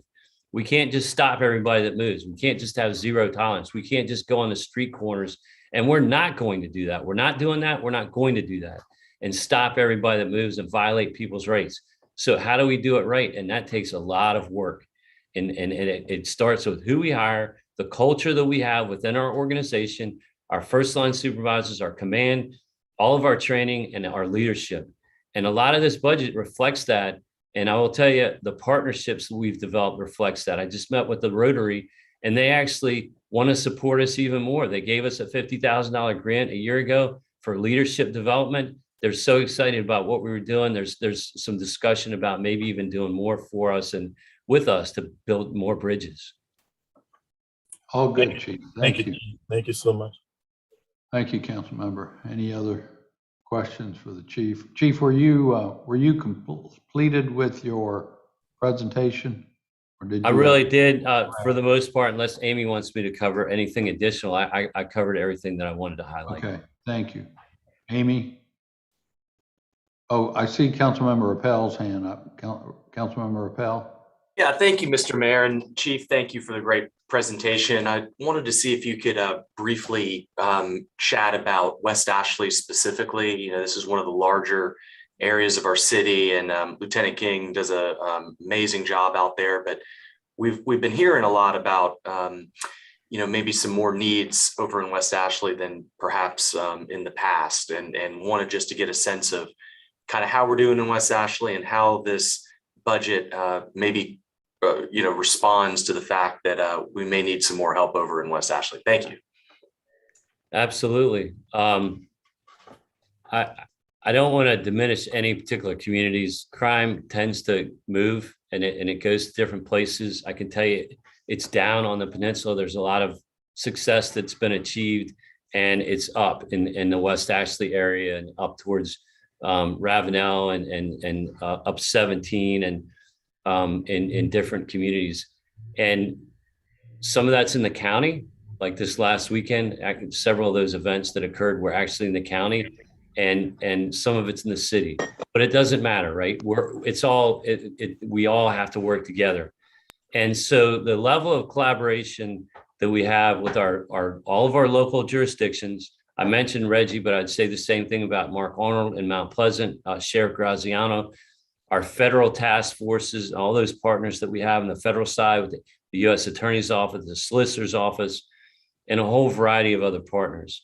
And violent crime, I have to tell you, is limited to a small number of offenders that are disproportionately responsible for the majority of our violent crime. I will tell you that we had in West Ashley about a month or so ago, a violent killing at the Back Nine Pub. And I will tell you that we investigated that. I actually saw the murder. I've seen the video. I'm familiar with that case. And the judge in that case let him out after 30 days. 30 days for a violent killing. And I got to tell you, I know people who've done more than that for disorderly conduct and intoxication. And so at some point in time, we need to, it's a shared responsibility. It's a collective effort. You can tell I'm a little passionate about this because that person will now get in a shooting. Mark my words, as much as we speak here publicly right now, I put it on the record, will be related to another shooting. And my fear is that will involve one of our officers, one of our deputies, some innocent citizen. And so I have a problem with that. And I've made that known. I'm going to continue to talk about that. And we're going to continue to work with all of our partners on those cases. We are going to continue to make progress. I'm sure you saw that we federally indicted 15 people recently.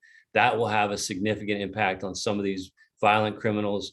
There is a nexus with gangs, with drugs, with retaliations. And we have a voracious appetite for drugs in this region, which drives a lot of this violence. And so it's really interconnected with a lot of different things. The last thing I'll say is Amy has been very supportive. This council continues to be supportive. And yes, this budget is reflective of that. The burden has been on me, frankly, I think over the last few years to make sure that we got our hiring up, that we have less attrition and a greater level of retention. And that's what we've been focusing on. And despite all the negative things that are going on around the country right now that are anti-law enforcement, defund, all these other things, we actually believe that we're going to be at full complement. I don't think we've been anywhere near that for over a dozen or more years. So this budget gives us what we need. And I'm thankful for that support. And frankly, it's on us to do our job to help the West Ashley communities. And I don't know, Cheeto, if you have something to add. I see your face there, but we are doing a lot.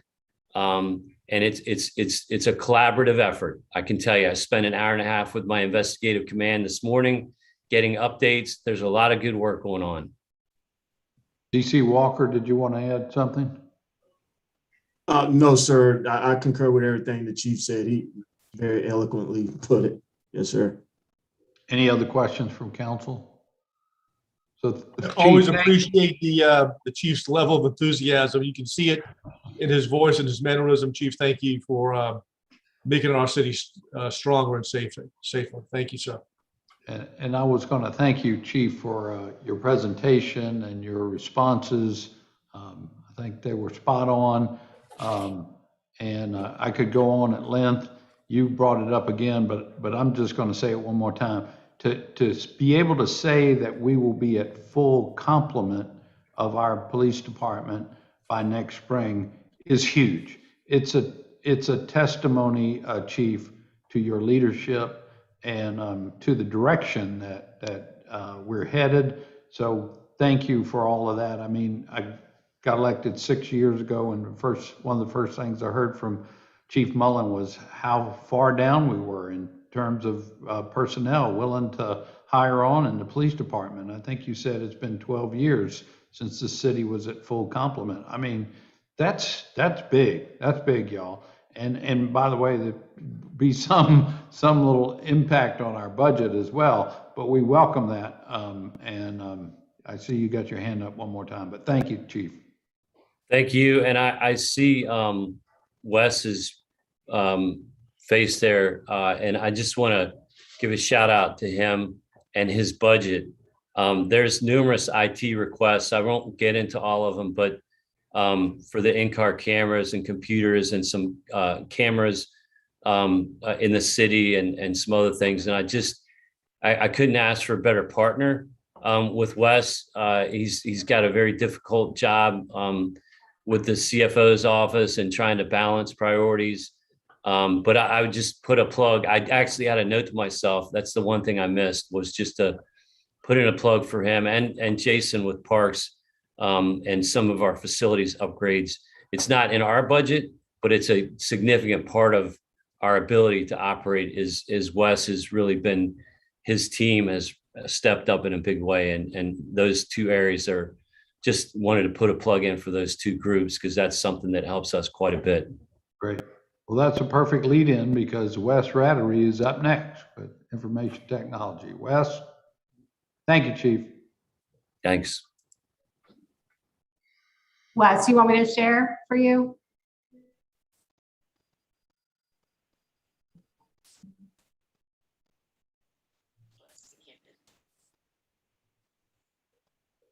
Wes, you're still muted for some reason.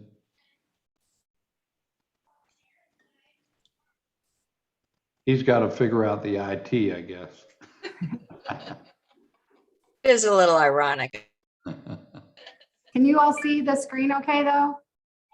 We're seeing the screen fine. Okay, I just want to make sure. I'm pretty Yep. sure he wanted me to share for him, but. Yes, ma'am. Can you hear me now? We got you. Yes, sir. Okay, yeah, it's kind of odd that IT would have trouble with audio. Webcam's been giving me some trouble lately, so I think I need to swap out. Well, before I get into the details on IT's budget here, I did want to preface that with two quick things. One, my and IT's approach to budgeting, so you can understand what we try to do there. I've been here almost 17 years, and even in positions prior to this where I've been responsible for putting together and managing a budget. I believe, of course, in being efficient with the money, particularly taxpayer dollars, and how we try to manage that. But also understanding that we want to look at needs versus wants. IT can get out of control if you're not careful in terms of all the technology people want to put in place, what they want to do. So we try to be very critical and analytical in how we look at the technology and the resources that we employ, what we decide to do in terms of budgeting for that, the monies we request, and then how we manage that through the year. So kind of differentiating between wants and needs, we feel like is very important. So we've always tried to take that approach. It gives us better credibility in the budgeting process, both in BFRC and City Council. And I just wanted to reinforce that before I get into these details. And then also, our process is a little different than other departments in that IT puts together some information that we have determined based upon infrastructure needs, cybersecurity, deployable technology, but then a big portion of what we put in our budget is coming from other departments. We are budgeting for IT, but we're also budgeting for those other 13 departments. So we take all that input from them. We have to cycle through that, make sure it's going to work in our environment, that it's a credible request. It fits within the scheme of our policies, our security. It's going to have some longevity to it, so that we're not changing things out every other year.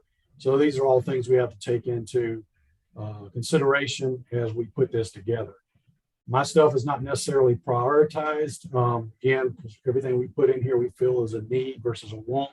So to some extent, it's a priority. We did identify things that are critical, because if it doesn't get replaced or upgraded, it's going to create some operational problems, security risk, lost equipment performance, things like that.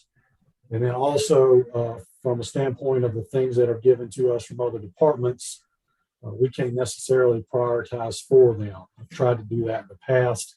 I think that's not necessarily right or as risky. So we go through the process first of seeing, is that credible request? Is it something we agree with or approve? And then we'll transfer that into IT's budget.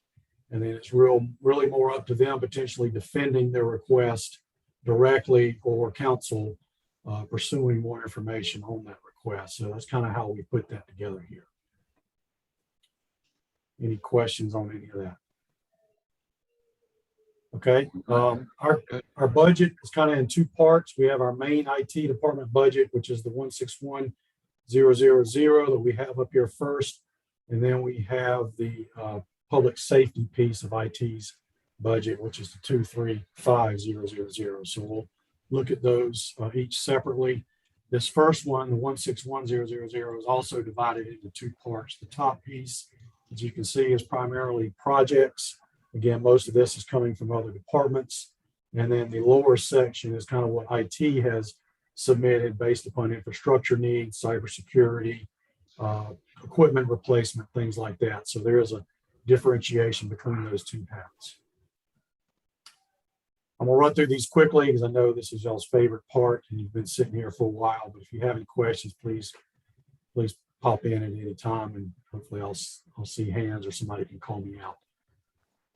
The first item, agenda management system. This is something we've actually looked at for a couple of years. It's constantly been bumped due to other priorities, but not a high priced item, but it's something that the clerk's office has been asking for.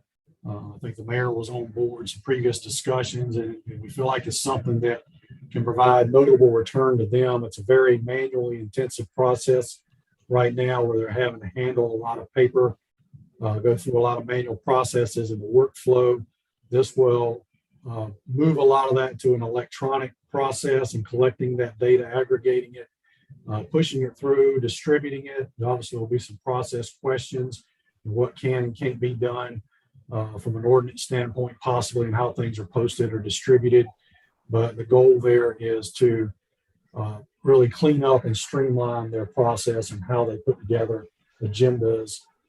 Keep those agendas, archive those agendas, reference back to those agendas, and get that distributed for every meeting. So that's in there to reflect their request. Conference room AV installations, that is something we request for to outfit some conference rooms. We've been doing that along the way every year. Certainly in new construction, that's taken into consideration. It got missed for Daniel Island. But where we have needs, and that's become a bigger need with the virtualization of meetings, where we need more video. These usually include the telecommunications capability with the built-in phone and the computer and a large display So this is just ongoing ads that we do generally every year. Neoc audio video upgrades. We put all that first in back in 2015 when we built that out here at the Billiard Center. And we're kind of coming up to end of life on some of that equipment. We've had some failures on some of the large displays. Emergency management asking for some additional displays to expand their ability to put up information. So that is something we feel is a good need to get that facilitated for them and keep that room operating at peak efficiency.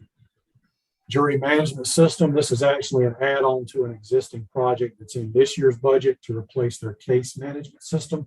We're currently using a product that has both the case management and the jury management built into it. The new systems that are out there that we're considering usually have those split. So even though we're already moving into the case management this year, the RFP is going out soon. We need to get this jury management component added on so we can include that next year when the project is in full force. The current platform expires in mid-May, so we've got a deadline there to get that done. We need that jury management component to add that into it. The new enterprise resource planning system. This has kind of been a long time coming. The system we're on now, One Solution, has had other names, other owners. It's been in place since about 2002 or 3, I believe, about a year or so before I even came on board. It's had various iterations. We're long overdue at looking at something better. It's probably going to be cloud-based, much more user-friendly and flexible. It's a monstrous project, so we've not bitten that off yet, but we feel like we've reached the point where we really need to take action on that. It will bring in with it electronic payroll, so we can get away from all the paper timesheets and everything that comes with that.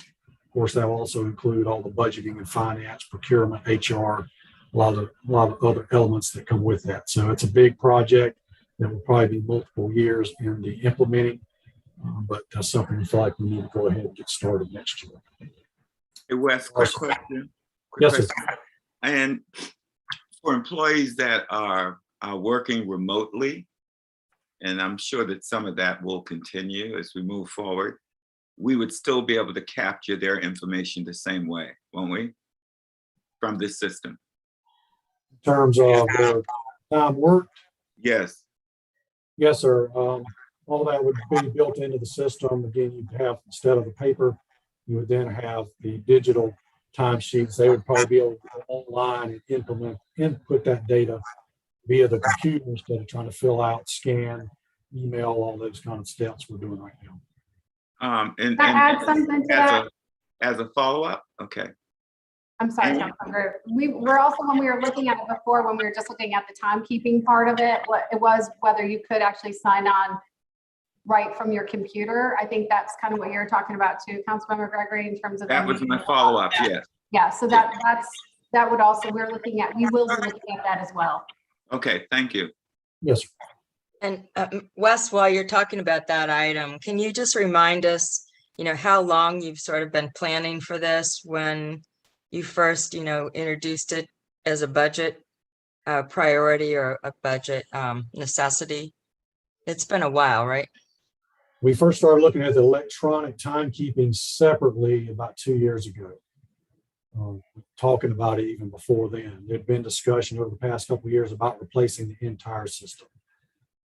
So we feel like it'd be better to go ahead and just do the whole thing. Sometimes that's done in segments, in modules, but making sure it's all the same platform, all integrated instead of having disparate systems that then don't talk to each other very well. So yes, it has been several years that we've been contemplating doing this and trying to work up towards it. Great, thank you. Can I add to that too? I'm sorry. Sure. I think it was in 2017 when we started looking at the timekeeping system. And then, so that's when we put some of the 2018 general fund reserves away for it. And then it's just evolved now because our current system is kind of reaching its end of its life, or we're outgrowing our system, I think. So we really need to look at something comprehensive. Correct me, Wes, if I'm wrong. No, you're correct. We've outgrown it, but they've not kept up with the technology today in terms of flexibility and online access. how you get to and pull data. So we definitely know we can do better. Great, thank you very much. Okay, quickly moving on to the next item here, electronic document management system. This all is part of our ongoing steps to get everything digitized in an electronic format, making things more efficient. This is phase 4. We've been working on phases 1, 2, and 3 over the past 4 years, actually. This is kind of the final phase in terms of any large grouping. A lot of it's BFRC, courts, clerk of counsel, prosecutor's office, often the mayor's office there. We are clerk of counsel's office as well. So this will kind of wrap up the major portion of that project and allow us to get everybody integrated into that electronic document management system. And that's been working well for us, going back and getting paper documents scanned in and digitized, allow us to free up everything from storage space to cabinet drawers, and just making it easier to access data, store data, archive data, integrate all that together. And then this system also cross connects and communicates with other platforms we have. So this continues that project and actually kind of wraps it up as we move forward. And underneath that, 7 and 8 are both tied to that in terms of implementing scanners that we need to facilitate all of that. And some further what we call back scanning, getting the electronic documents, particularly the larger ones and the larger volumes, scanned in by the vendor and put into the system. Number 9 was cyber insurance. That's something we've been looking at in the last 2 years. It's been an interesting market, but this gives us some additional protection from first and third party claims in terms of our own damage, or then any parties that may claim that an attack that affected us significantly impacted them in terms of data that was stolen. The cyber insurance industry has changed dramatically just over the past year or two. The number of carriers that will provide it are very minimal now. The coverage levels they'll provide are very minimal. I think they've just been losing money left and right because of all the successful cyber attacks. So we're still looking at trying to do something that gives us a little help in case, God forbid, something happened. Now, from my perspective, my goal is to never have to use that. We've worked hard over the past 5-6 years in particular, implementing layers of cybersecurity from the perimeter all the way out into the core, all of our mobile technology that we've deployed. So while the cyber insurance can be a good thing and a safety net, for me, in a little way, it's almost offensive because it kind of looks like we're expecting something to happen and we want to be able to cover that. So hopefully it would never be used, but again, we feel like it can be a prudent thing to do to give us some protection against an attack. Can I just ask one follow-up about that then? So Yes, for 200,000 is a premium, correct? Or correct. what would be the payout limit that you would expect to, be able to make a claim for if you had a premium of that cost? The last we were looking at all of this, again, it's been changing monthly and it changed year to year. We were looking at about a $5 million coverage level for that premium. What's going to be available next year, if any at all, is unknown. Do you feel like it's the kind of thing where once you buy in as a policy holder that, I know it's a year-to-year renewal and you can always be canceled, correct? But have you talked with your industry rep enough to know that once you're in, you're sort of at least on the short list of favorable policyholder clients, or how would that work? I don't have any specific information that I can answer that question with. It's certainly a good question. That's something we could dig into a little bit more to find out how that's perceived. Yeah, I think that would be interesting. Thanks. It could be just like what you're basically alluded to is like your auto insurance. If you've been a good driver for 5 years, they're going to give you better rates, and better coverages even. So that's certainly a good question we can investigate when we pursue it. Right. I mean, at the little bit that I, was in charge of buying insurance for my organizations way back, and you also have to find out, if an occurrence happens after a policy year, you have to be covered. for some amount of, future time, because you can't always identify that it's immediate, right? Right. I mean, Yeah, it can take some time to do the investigation, just catching it if it happens. So, yes, ma'am. Last item in this section, number 10, was something recently added by Public Service, and they are looking to address in a more effective way trash collection schedules. Normally right now it's a little clunky in how we try to get that information out with holiday changes. If there's bad weather, we have to change up the schedules. This is a module that can add on and provide an app. People can subscribe to it, and the city can very easily push out those schedule changes, any information related to the collections, instructions, things like that. So that's something that was requested that we feel like would be a good add-on to our current website and our applications that are available. Okay, maybe if you can scroll me down, whoever's got that. Sweet. Okay, so this bottom section, as I mentioned, gets more into IT's pieces that we put together for equipment replacements, infrastructure needs, things like that. Those first two items are the individual requests that have come in from departments wanting a computer here, a computer there, printer needs, things like that, a particular piece of software. So we accumulate all of that and put that together as totals. We've got some spreadsheets that break that down if you want to look at it, but these numbers are generally smaller than what we've been dealing with some in the past. We've been able to fulfill a lot of those requests this year with some extra monies we had, so we don't have to carry that forward to next year. Then our PC replacement project, we usually try to replace computers on a 4 to 5 year rotation. That was 3 when I got here. We've expanded that out. Some cases it's even reached 6. That of course saves us a lot of money extending those rotations out. It can be a little sooner, 3 to 4 years. We're dealing with people like GIS, engineering, even planning that are heavy users that need better processing, whatever the case may be. But that's kind of on par with what we've normally been doing year to year. Yes. Scroll me down, please.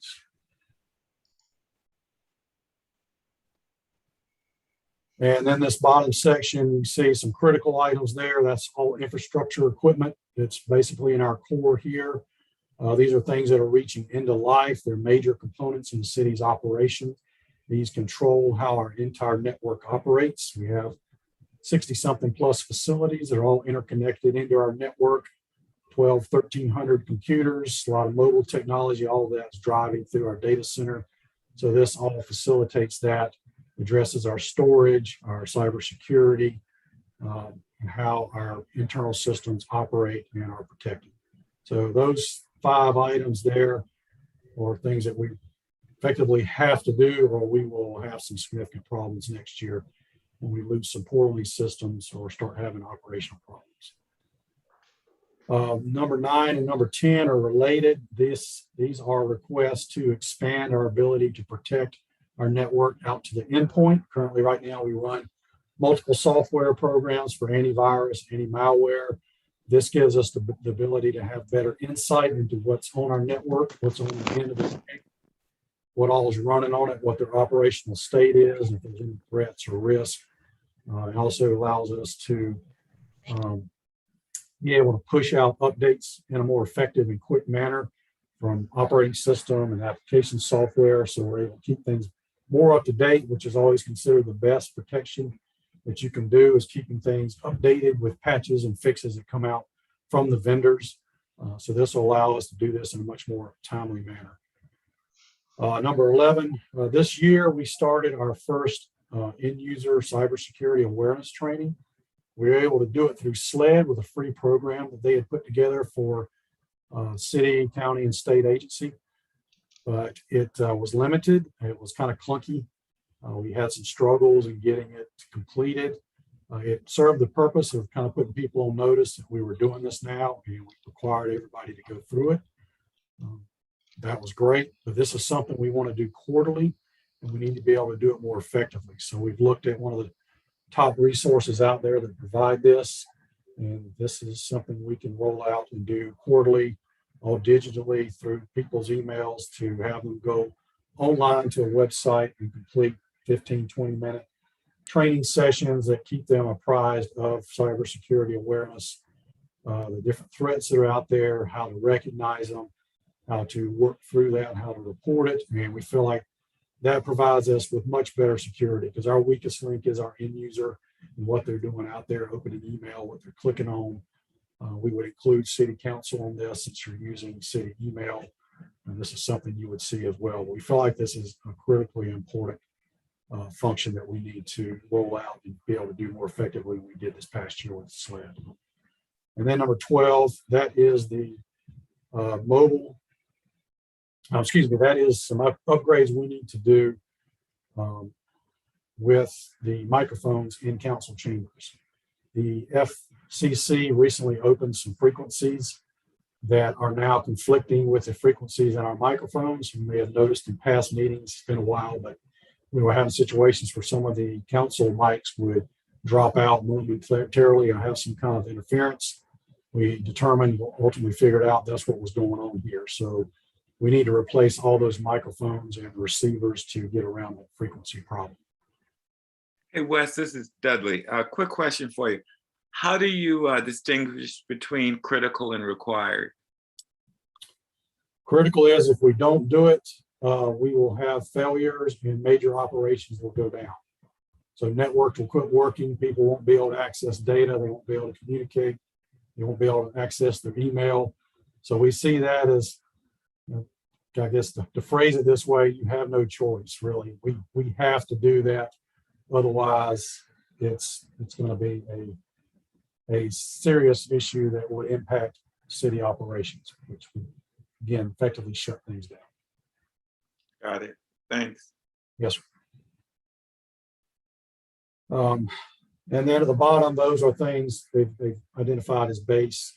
Those are things that we do every year to keep things up to date, operating properly. Our UPS, uninterruptible power supplies that are on our network gear in the various closets and facilities around the city so that they don't lose connectivity. Those wear out and fade and die. So we need to keep those updated every 4 years. So we're on a quarterly rotation for those. And then network hardware that goes out of service, out of support with Cisco. So we have to rotate that equipment on a regular cycle as well. And then general software. So that's the main IT budget piece. If there aren't any questions on any of that, we can move over to the public safety piece.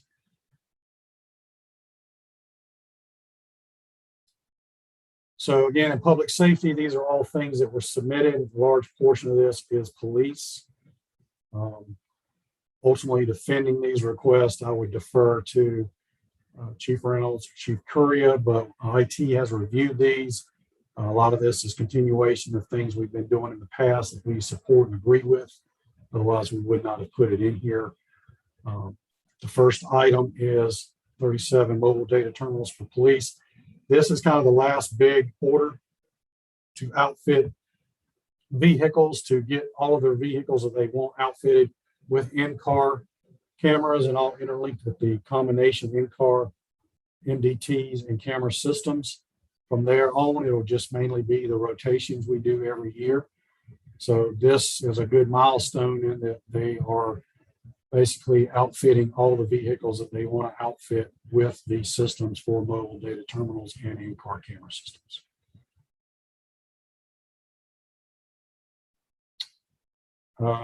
Let's see. The next item actually is supposed to be dropped. I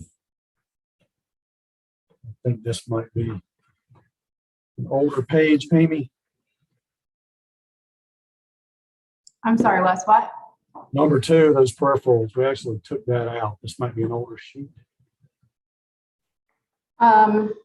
It's the one that I got yesterday, so. Okay. All right, maybe that, we said that, maybe I hadn't taken that out. So that's actually gone. That was not included, not needed this year. So I apologize. We had made a change or some additions and that didn't get taken back out. So that's a 0 on that item. Safety and security cameras. This is the police department's request to add additional cameras. Also is going to be upgrading their video management software, as well as putting new cameras out at White Point Gardens in Hampton Park. The next item is a new system that the police department is requesting. This is significant in scope. It's kind of on the same scale as our ERP system and our InterGov platform. We've had a recent presentation by this particular company. It's all cloud-based, so it eliminates the capital investment for equipment. But this will consolidate a lot of their functions and operations that are currently done individually and through separate processes. It aggregates a lot of data and gives them a lot of visibility, access to information and analytics to accomplish their goals better, faster, and more efficiently. I don't know if Chief Reynolds is still on, if you wanted to speak to that further, or Deputy Chief Walker, but I think this would be significant. I can speak briefly. There's been a lot of analysis.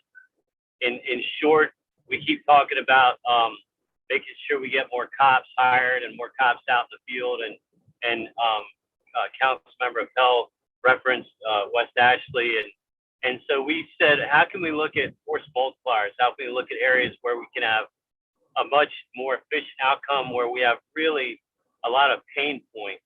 And this was an area, without getting into great detail, where we did a lot of analytics.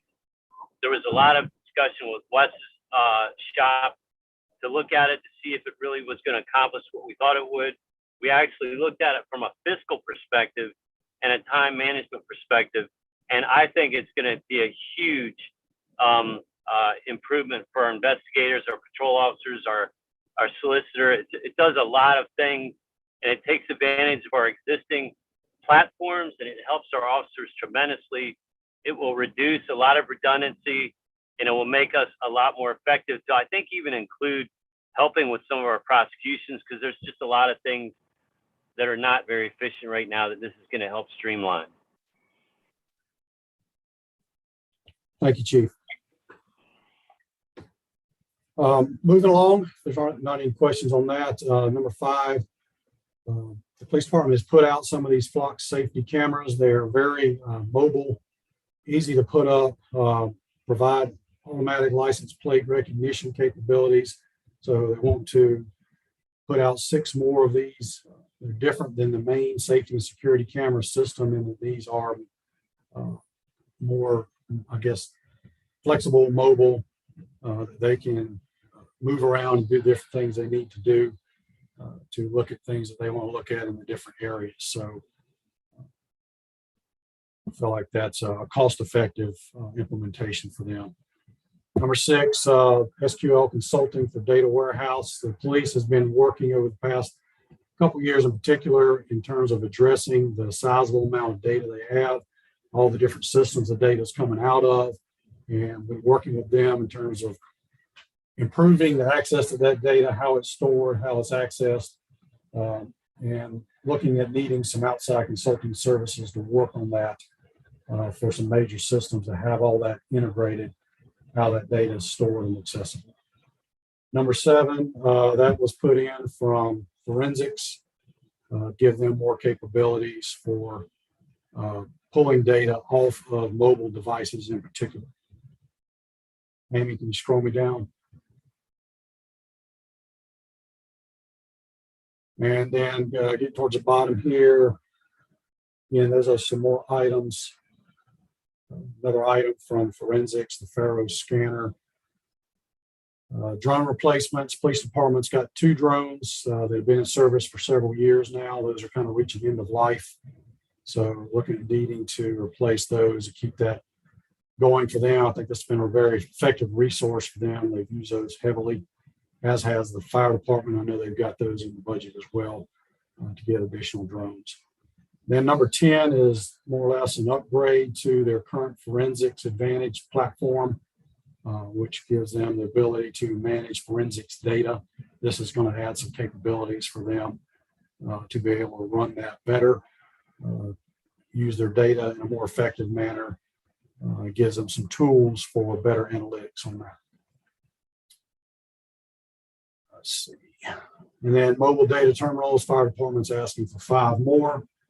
Just to give you some numbers on that. Right now, the police department has a total of 330 mobile data terminals. Again, they'll be adding 37 more next year. It kind of wraps up their deployment other than replacements. Fire currently has 75.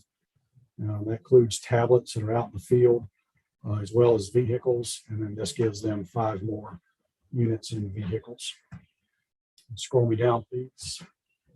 And then those last items are just the annual 3-year rotations of existing MDT equipment. And that kind of wraps up IT's budget details. Any questions I can answer? Yes, ma'am. Thank you, Wes. It was very thorough, and I'm trying to follow all of the components. So do you have like a summary about what percentage of increase this is over the 20 and the 21, or have you done those calculations, or is that even relevant to your budget?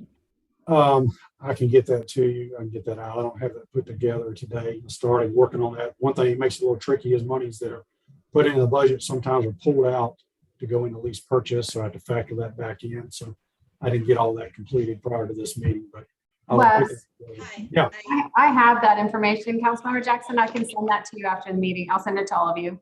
Okay, great. I mean, I think it's just good to have, that sort of baseline information for everyone we're looking at.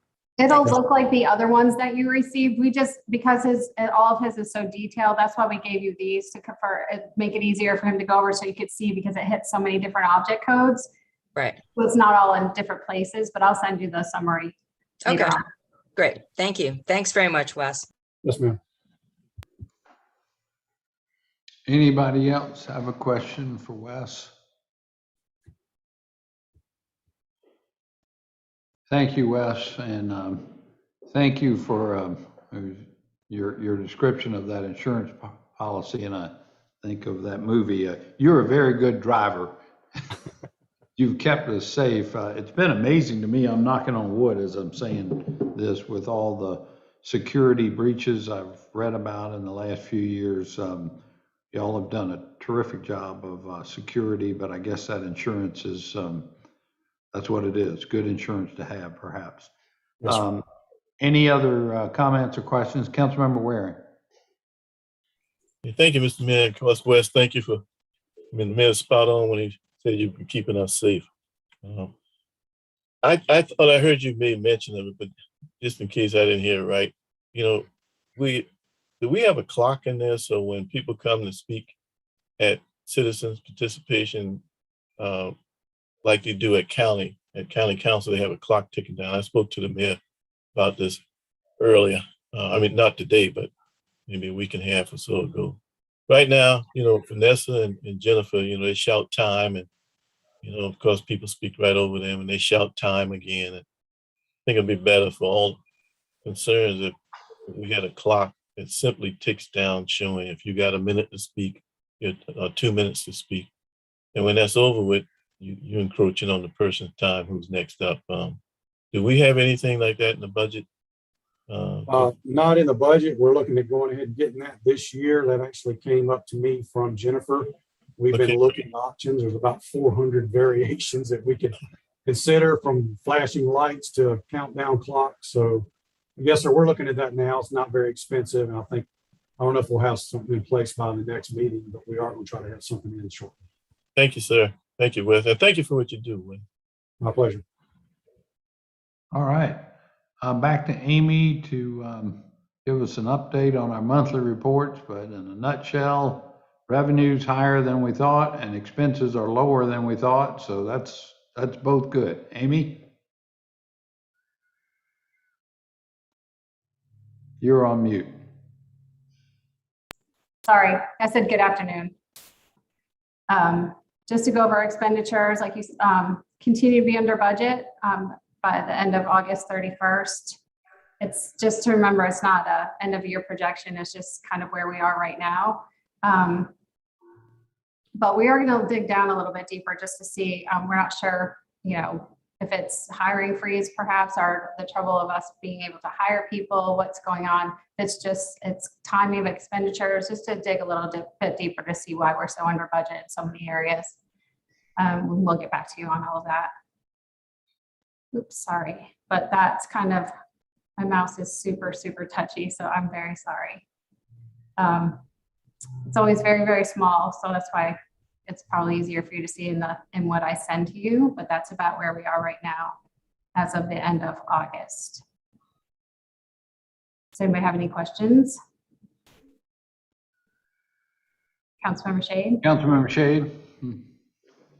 So Amy, is there something over the horizon? And I may have asked you the same question before the last time we met, but again, is there something over the horizon that we're looking for after August 31st that you see as a huge expenditure is going to change this dramatically?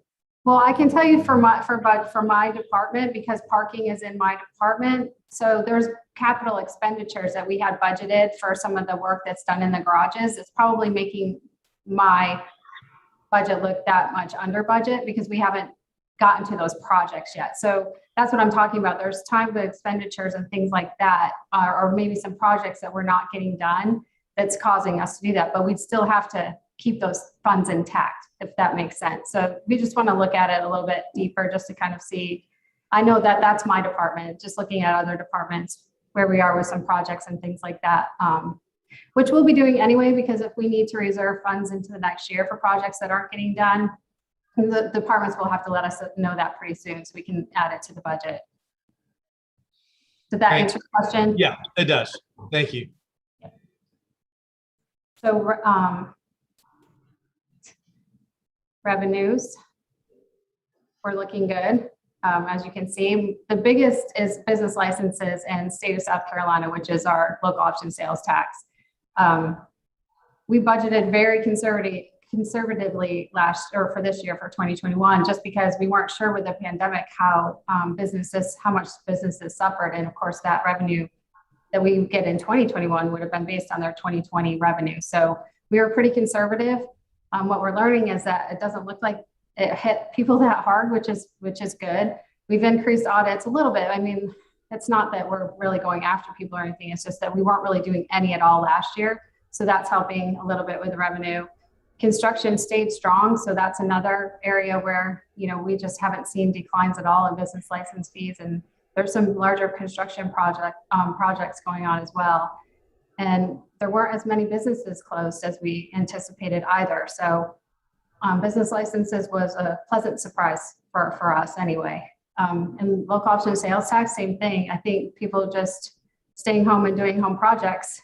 So our sales tax has been a little bit higher than we anticipated as well. Enterprise funds, last month, if you remember, City Market was operating at a deficit last month, and now they are just above. So they're looking a little bit better. The only one that's really under budget right now is Angel Oak, and we just have some other issues at Angel Oak right now. We had to shut down for one day a week because of staffing issues and things like that. So I don't think it's pandemic related. I think it's just a function of what's happening all around Charleston right now. So we're hopeful that our trends will continue to be over budget for all our special facilities. So far, the pandemic doesn't seem to be hurting us too badly anyway. Tourism revenues. So we continue to creep back up. We're way over budget, but again, like I said, we budgeted very conservatively just because we weren't sure what was going to happen in 2021 with the pandemic. And we're noticing that it's not really hurting our revenues. This uptick in COVID cases hasn't really hurt our revenues thus far. So we're still experiencing some loss of growth.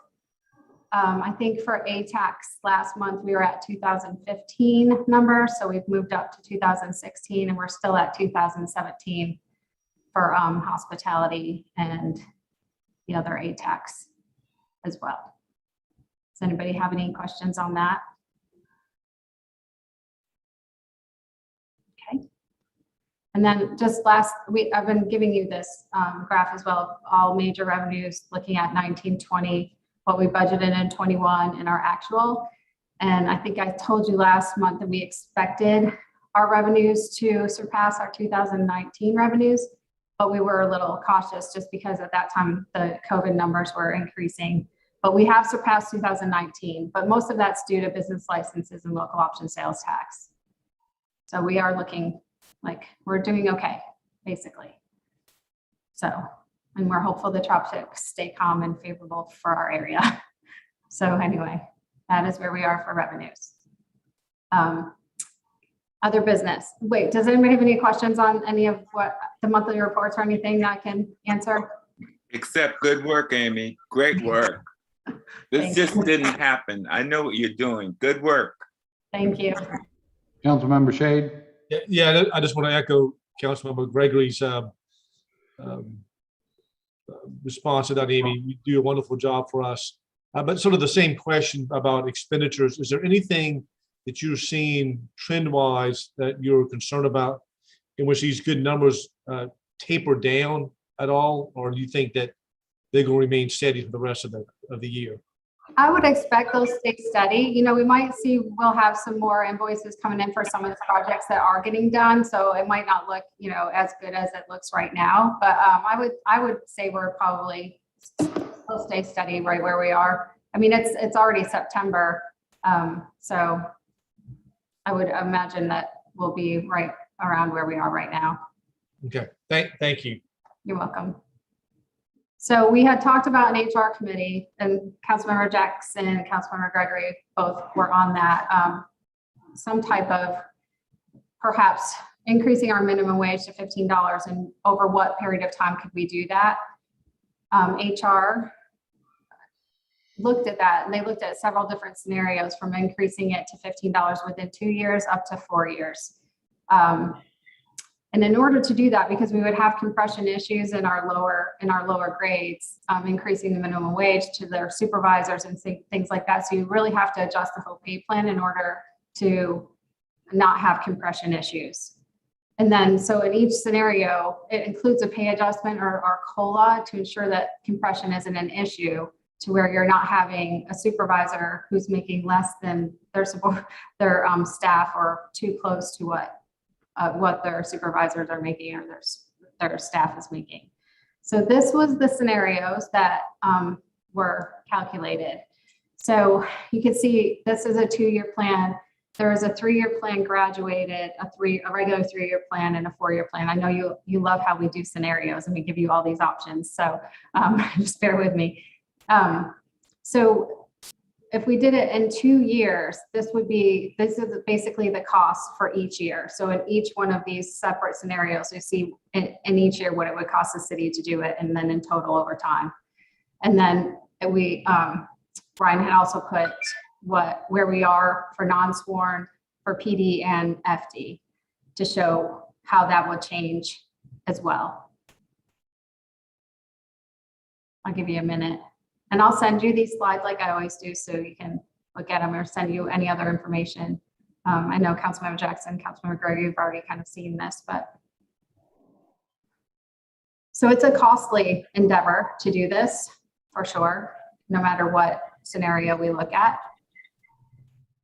Amy, Yes.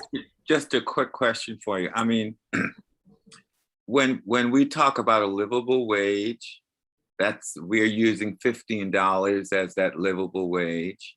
Mm-hmm. However, livable wages vary from jurisdiction to jurisdiction.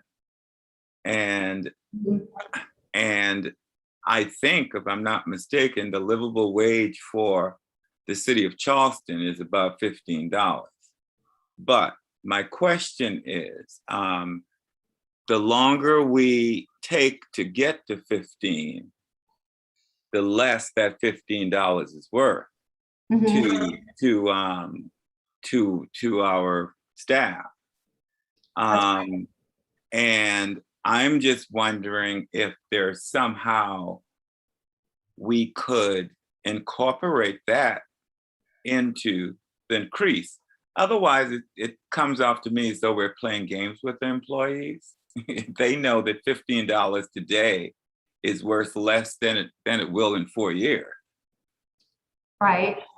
I haven't looked lately, Councilor Gregory, at what the livable wage is, but we can do that. And I can get back with HR and kind of look at that a little bit and spread it through the plan as well. We can do that. Yeah, why I brought it up is that, you know, when we did our research as a commission, I think the livable wage for Charleston was $16 and something cents an hour. That's why I brought it up. Okay. We'll circle back around, but for right now, this is kind of where we were at, but I'll get back with HR and we can run some different numbers. Okay, thank you. You're welcome. Councilmember Waring. Thank you, Amy. And I guess I need to pile the icing on too. You know, I really respect what you and your team do over there for the city. You know, when you talk to, obviously, all of us know our departments fairly well, just like Councilman Shahid is, you know, public safety, he's on top of it. One of the problems we're having in public works is some of the people that get out there and actually do the manual work and, you know, chopping bushes out of ditches and things like that, they're leaving. We can't hire people for $13 an hour to do that kind of work, which affects our drainage because obviously if the ditches aren't clean, the water doesn't flow to even get to the outflow into the marsh. Private sector people can hire. We have people in the sanitation department, for example, the people that drive the little yellow, looks like a backhoe, but the clamp truck that picks up the trash off of the street, lifts it up and puts it in the back of the truck. Right, the claws or whatever. I mean, we got people like that leaving because somebody on the private sector side can just hire them.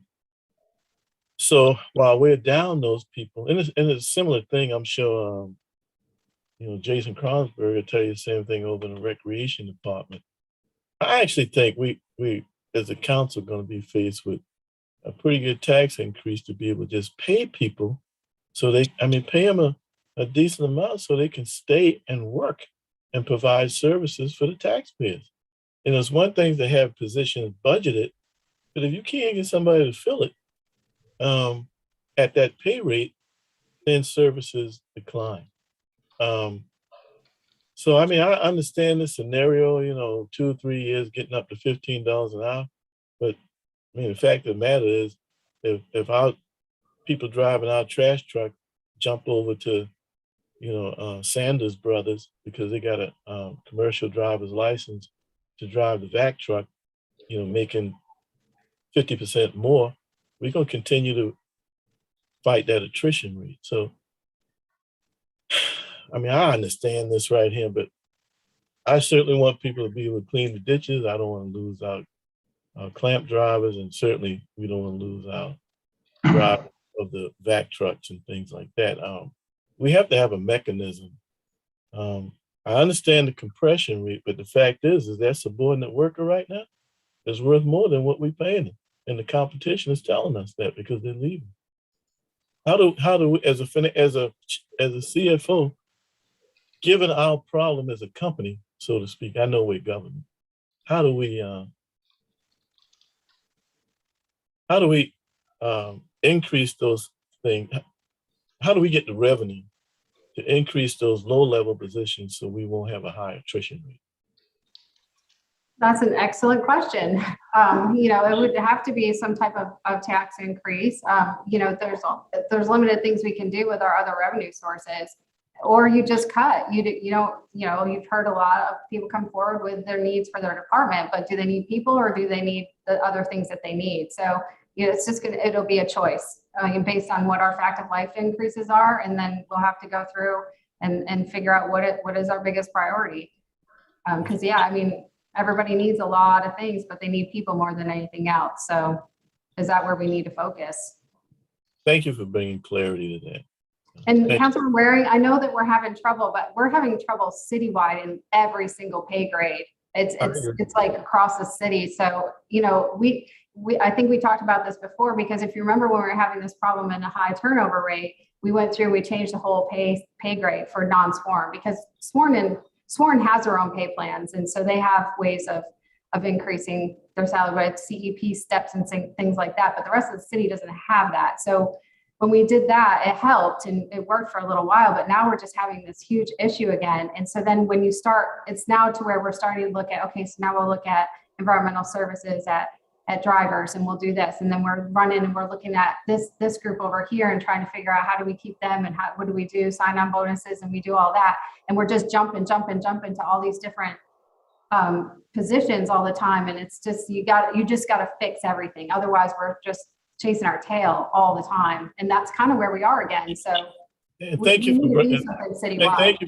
thank you for bringing up the top to bottom. And you're right about that, because I mean, nightmare scenario, private sector hires you, private sector hires Matt Fountain.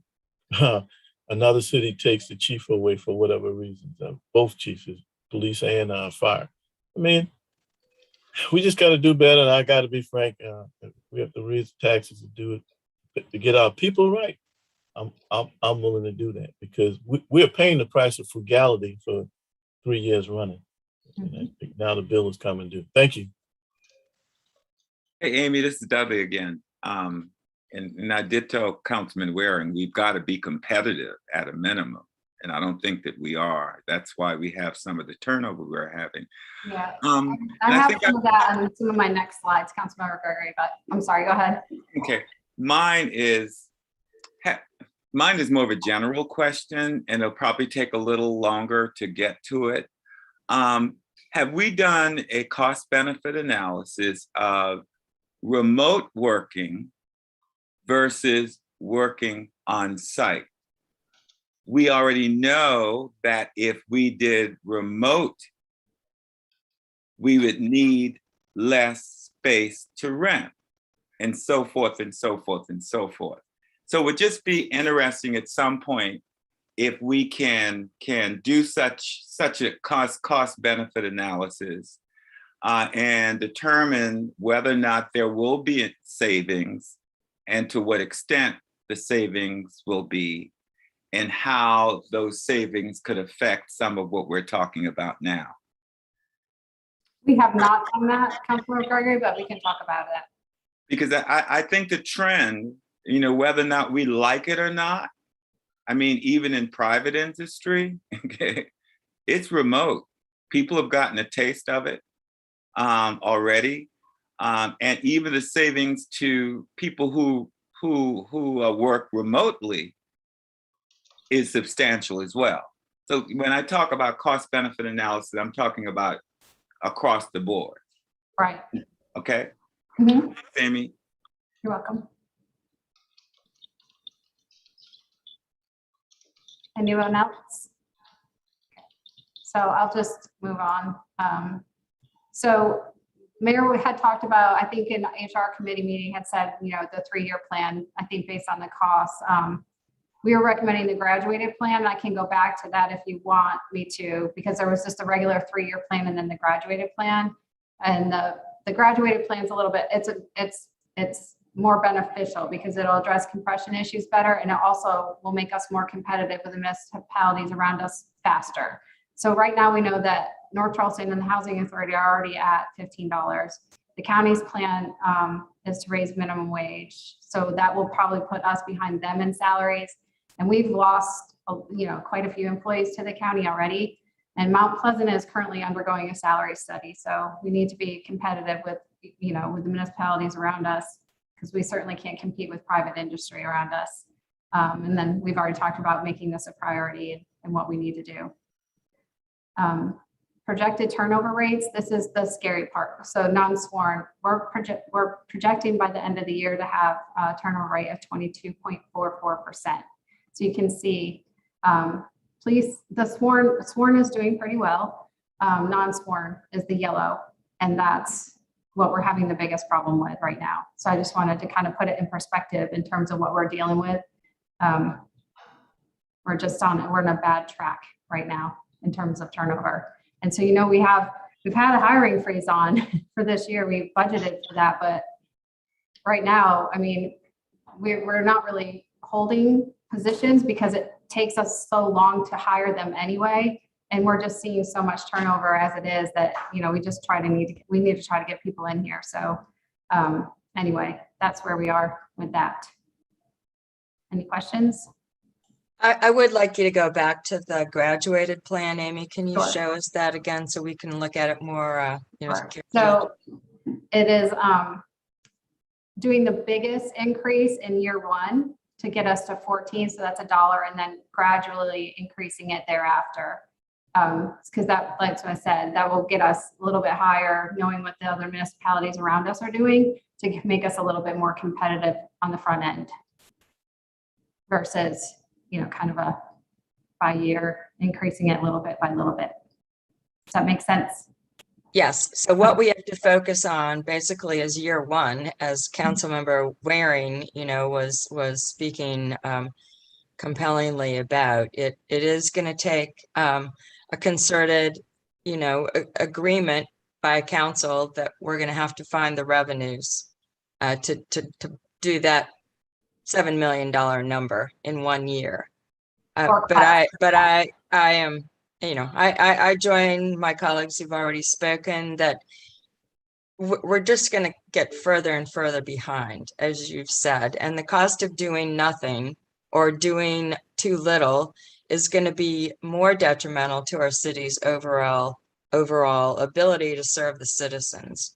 I mean, I have conversations like that. I know we all do, with constituents who don't really, you know, they follow the trend of, yes, costs are going up, but salaries are not. They're not really tracking with that. And obviously no one wants to pay more in taxes. But when you talk about the sacrifice that they would see, you know, in their neighborhoods, on their street, if we do nothing, I think that's really the way that we have to start to be together in our decision making. So thank you. Councilmember Shade. Yes, ma'am. So, Amy, unless I missed this part of your presentation with this increase, and I think in response to Councilmember Waring's question, we would have to increase millage in order to impose any of these plans, right? Well, I mean, you could, but or you don't fund things. I mean, those are your options. Right. So if we were to increase millage, do you have a breakdown of what that millage would ask to each one of these plans? So a value of a mill is $1.6 million. So, you know, depending on, you know, for this year, it would be what, 5 mils, a little bit, almost 5 mils, I guess. And then thereafter, I mean, our bank is only 6 mils, I think, right now. So it would be utilizing most. And I mean, we just repealed a tax increase, so I don't know how a tax increase will go over to council. So I would think that perhaps we need not fund things or cut the budget. No, I think that's sort of the issue with this is that we have things that we need to fund. We saw what was presented by all 3 departments today, but this has got to be a priority as well. So either we not fund certain things, or we increase millage, or we do a combination of those 2 issues, right? I mean, that's right. You know, doing a combination would be the best way, but then we need to have council support for that as well. Councilmember Shea, Appel.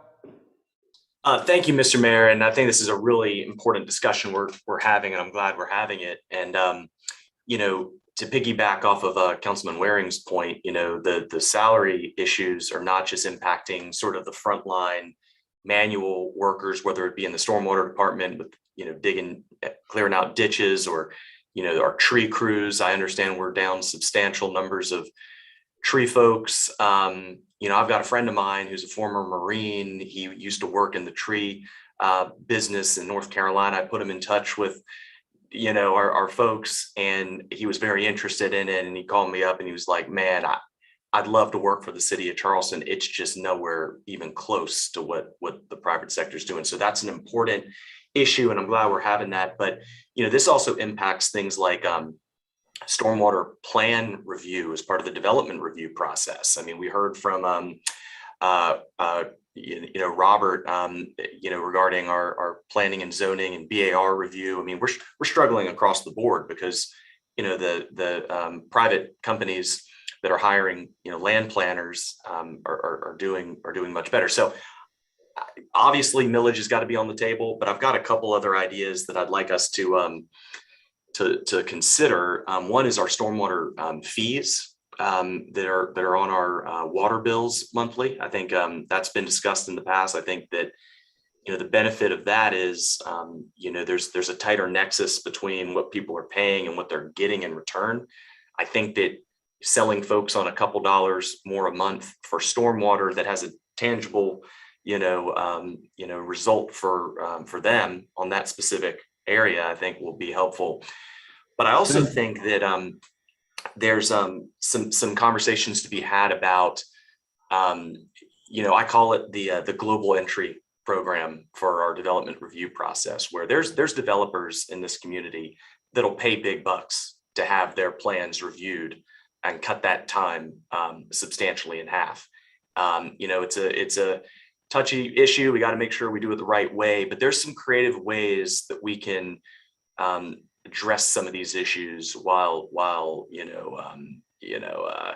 making sure we do what we can to keep people staffed. And those fees that folks would pay to help get themselves through the development review process, that goes right into hiring people to review plans. And it's not like the city's making money and we're,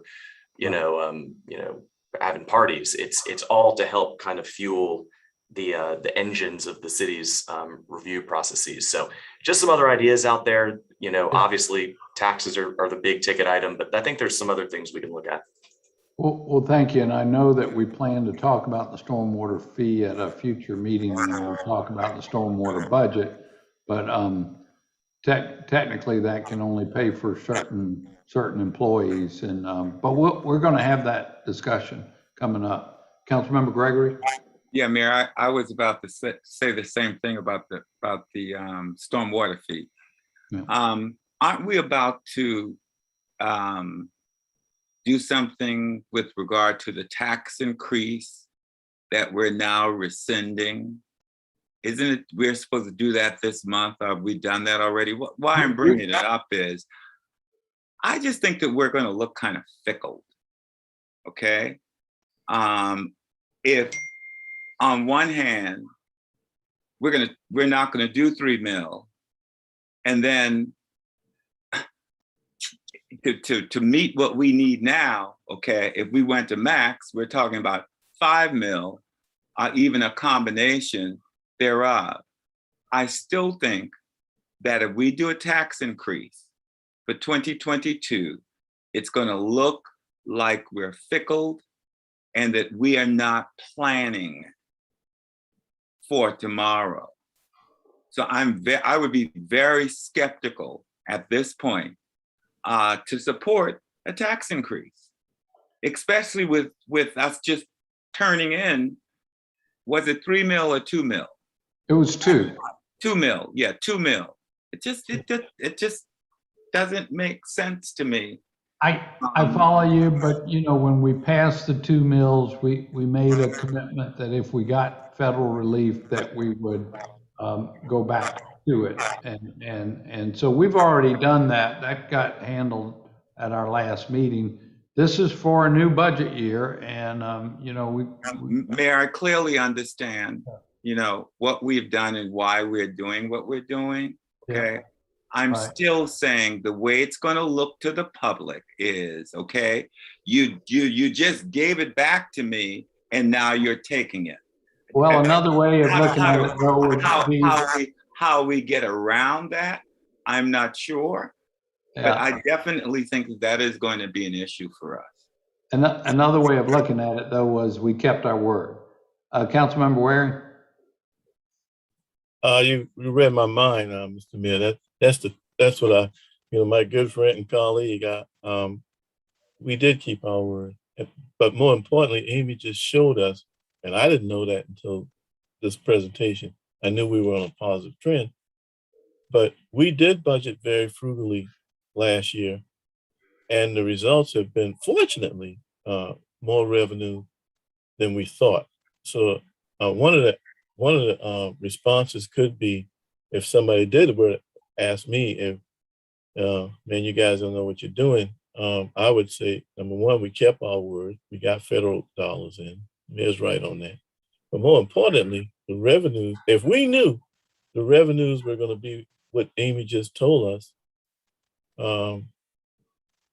we wouldn't have taken that conservative track. But I could tell you the conservative track was the right, 100% right way to go at the time. You know, a year ago, economy wasn't where it is today.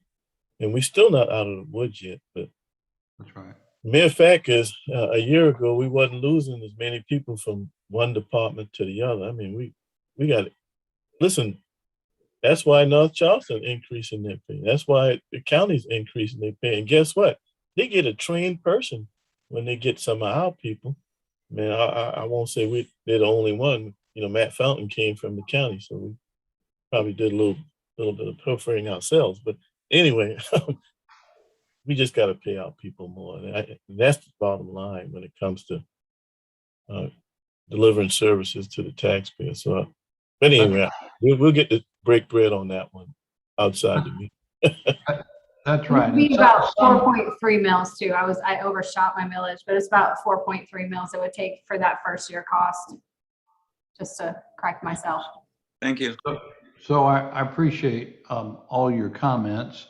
We're certainly not at a position yet to make any decisions on a recommendation here. Amy, even though we have the good revenue report from this year, we don't have a projection yet for revenues total for next year. And that's when we'll have to grapple with the decision of how much of a raise and how quickly we can do it versus our projected revenues for next year. So, but we want to just go ahead and bring this before you because, you know, this analysis is already underway. We're looking at the options. We know we got to deal with it. And so I wanted it to be on everybody's radar screen.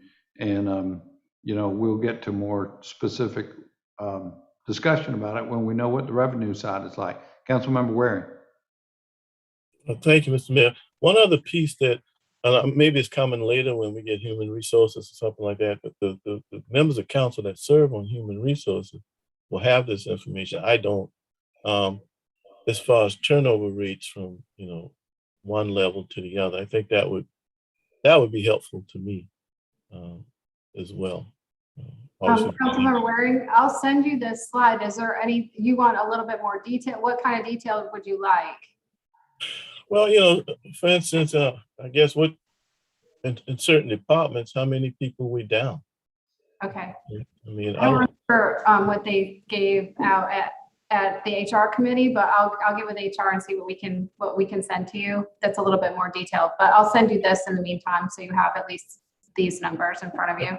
That'd be good. And if we knew what position, what areas we budgeted for, but we can't seem to fill, that would be good.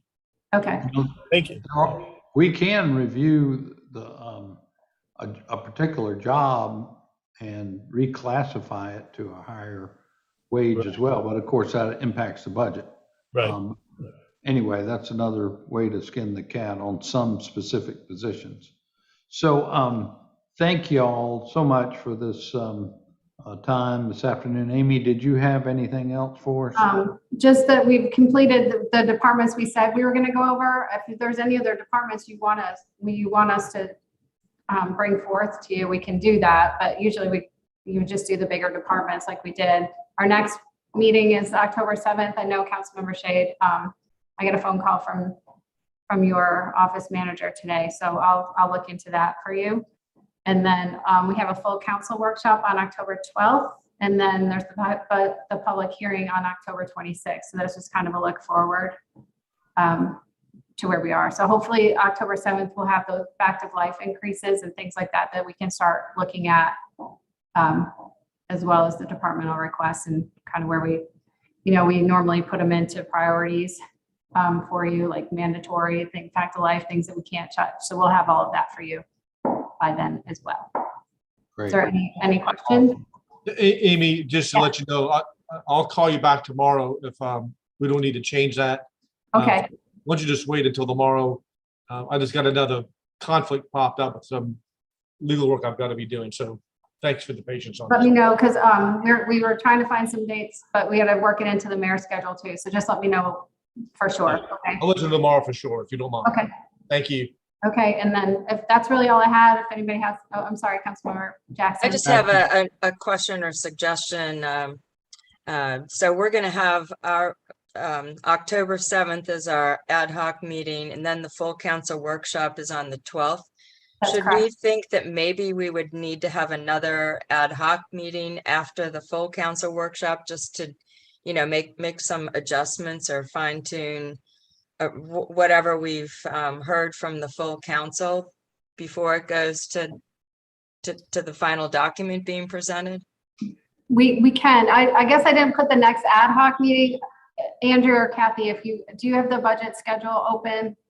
We have another ad hoc on October 20th scheduled. That's what I thought. Okay, great.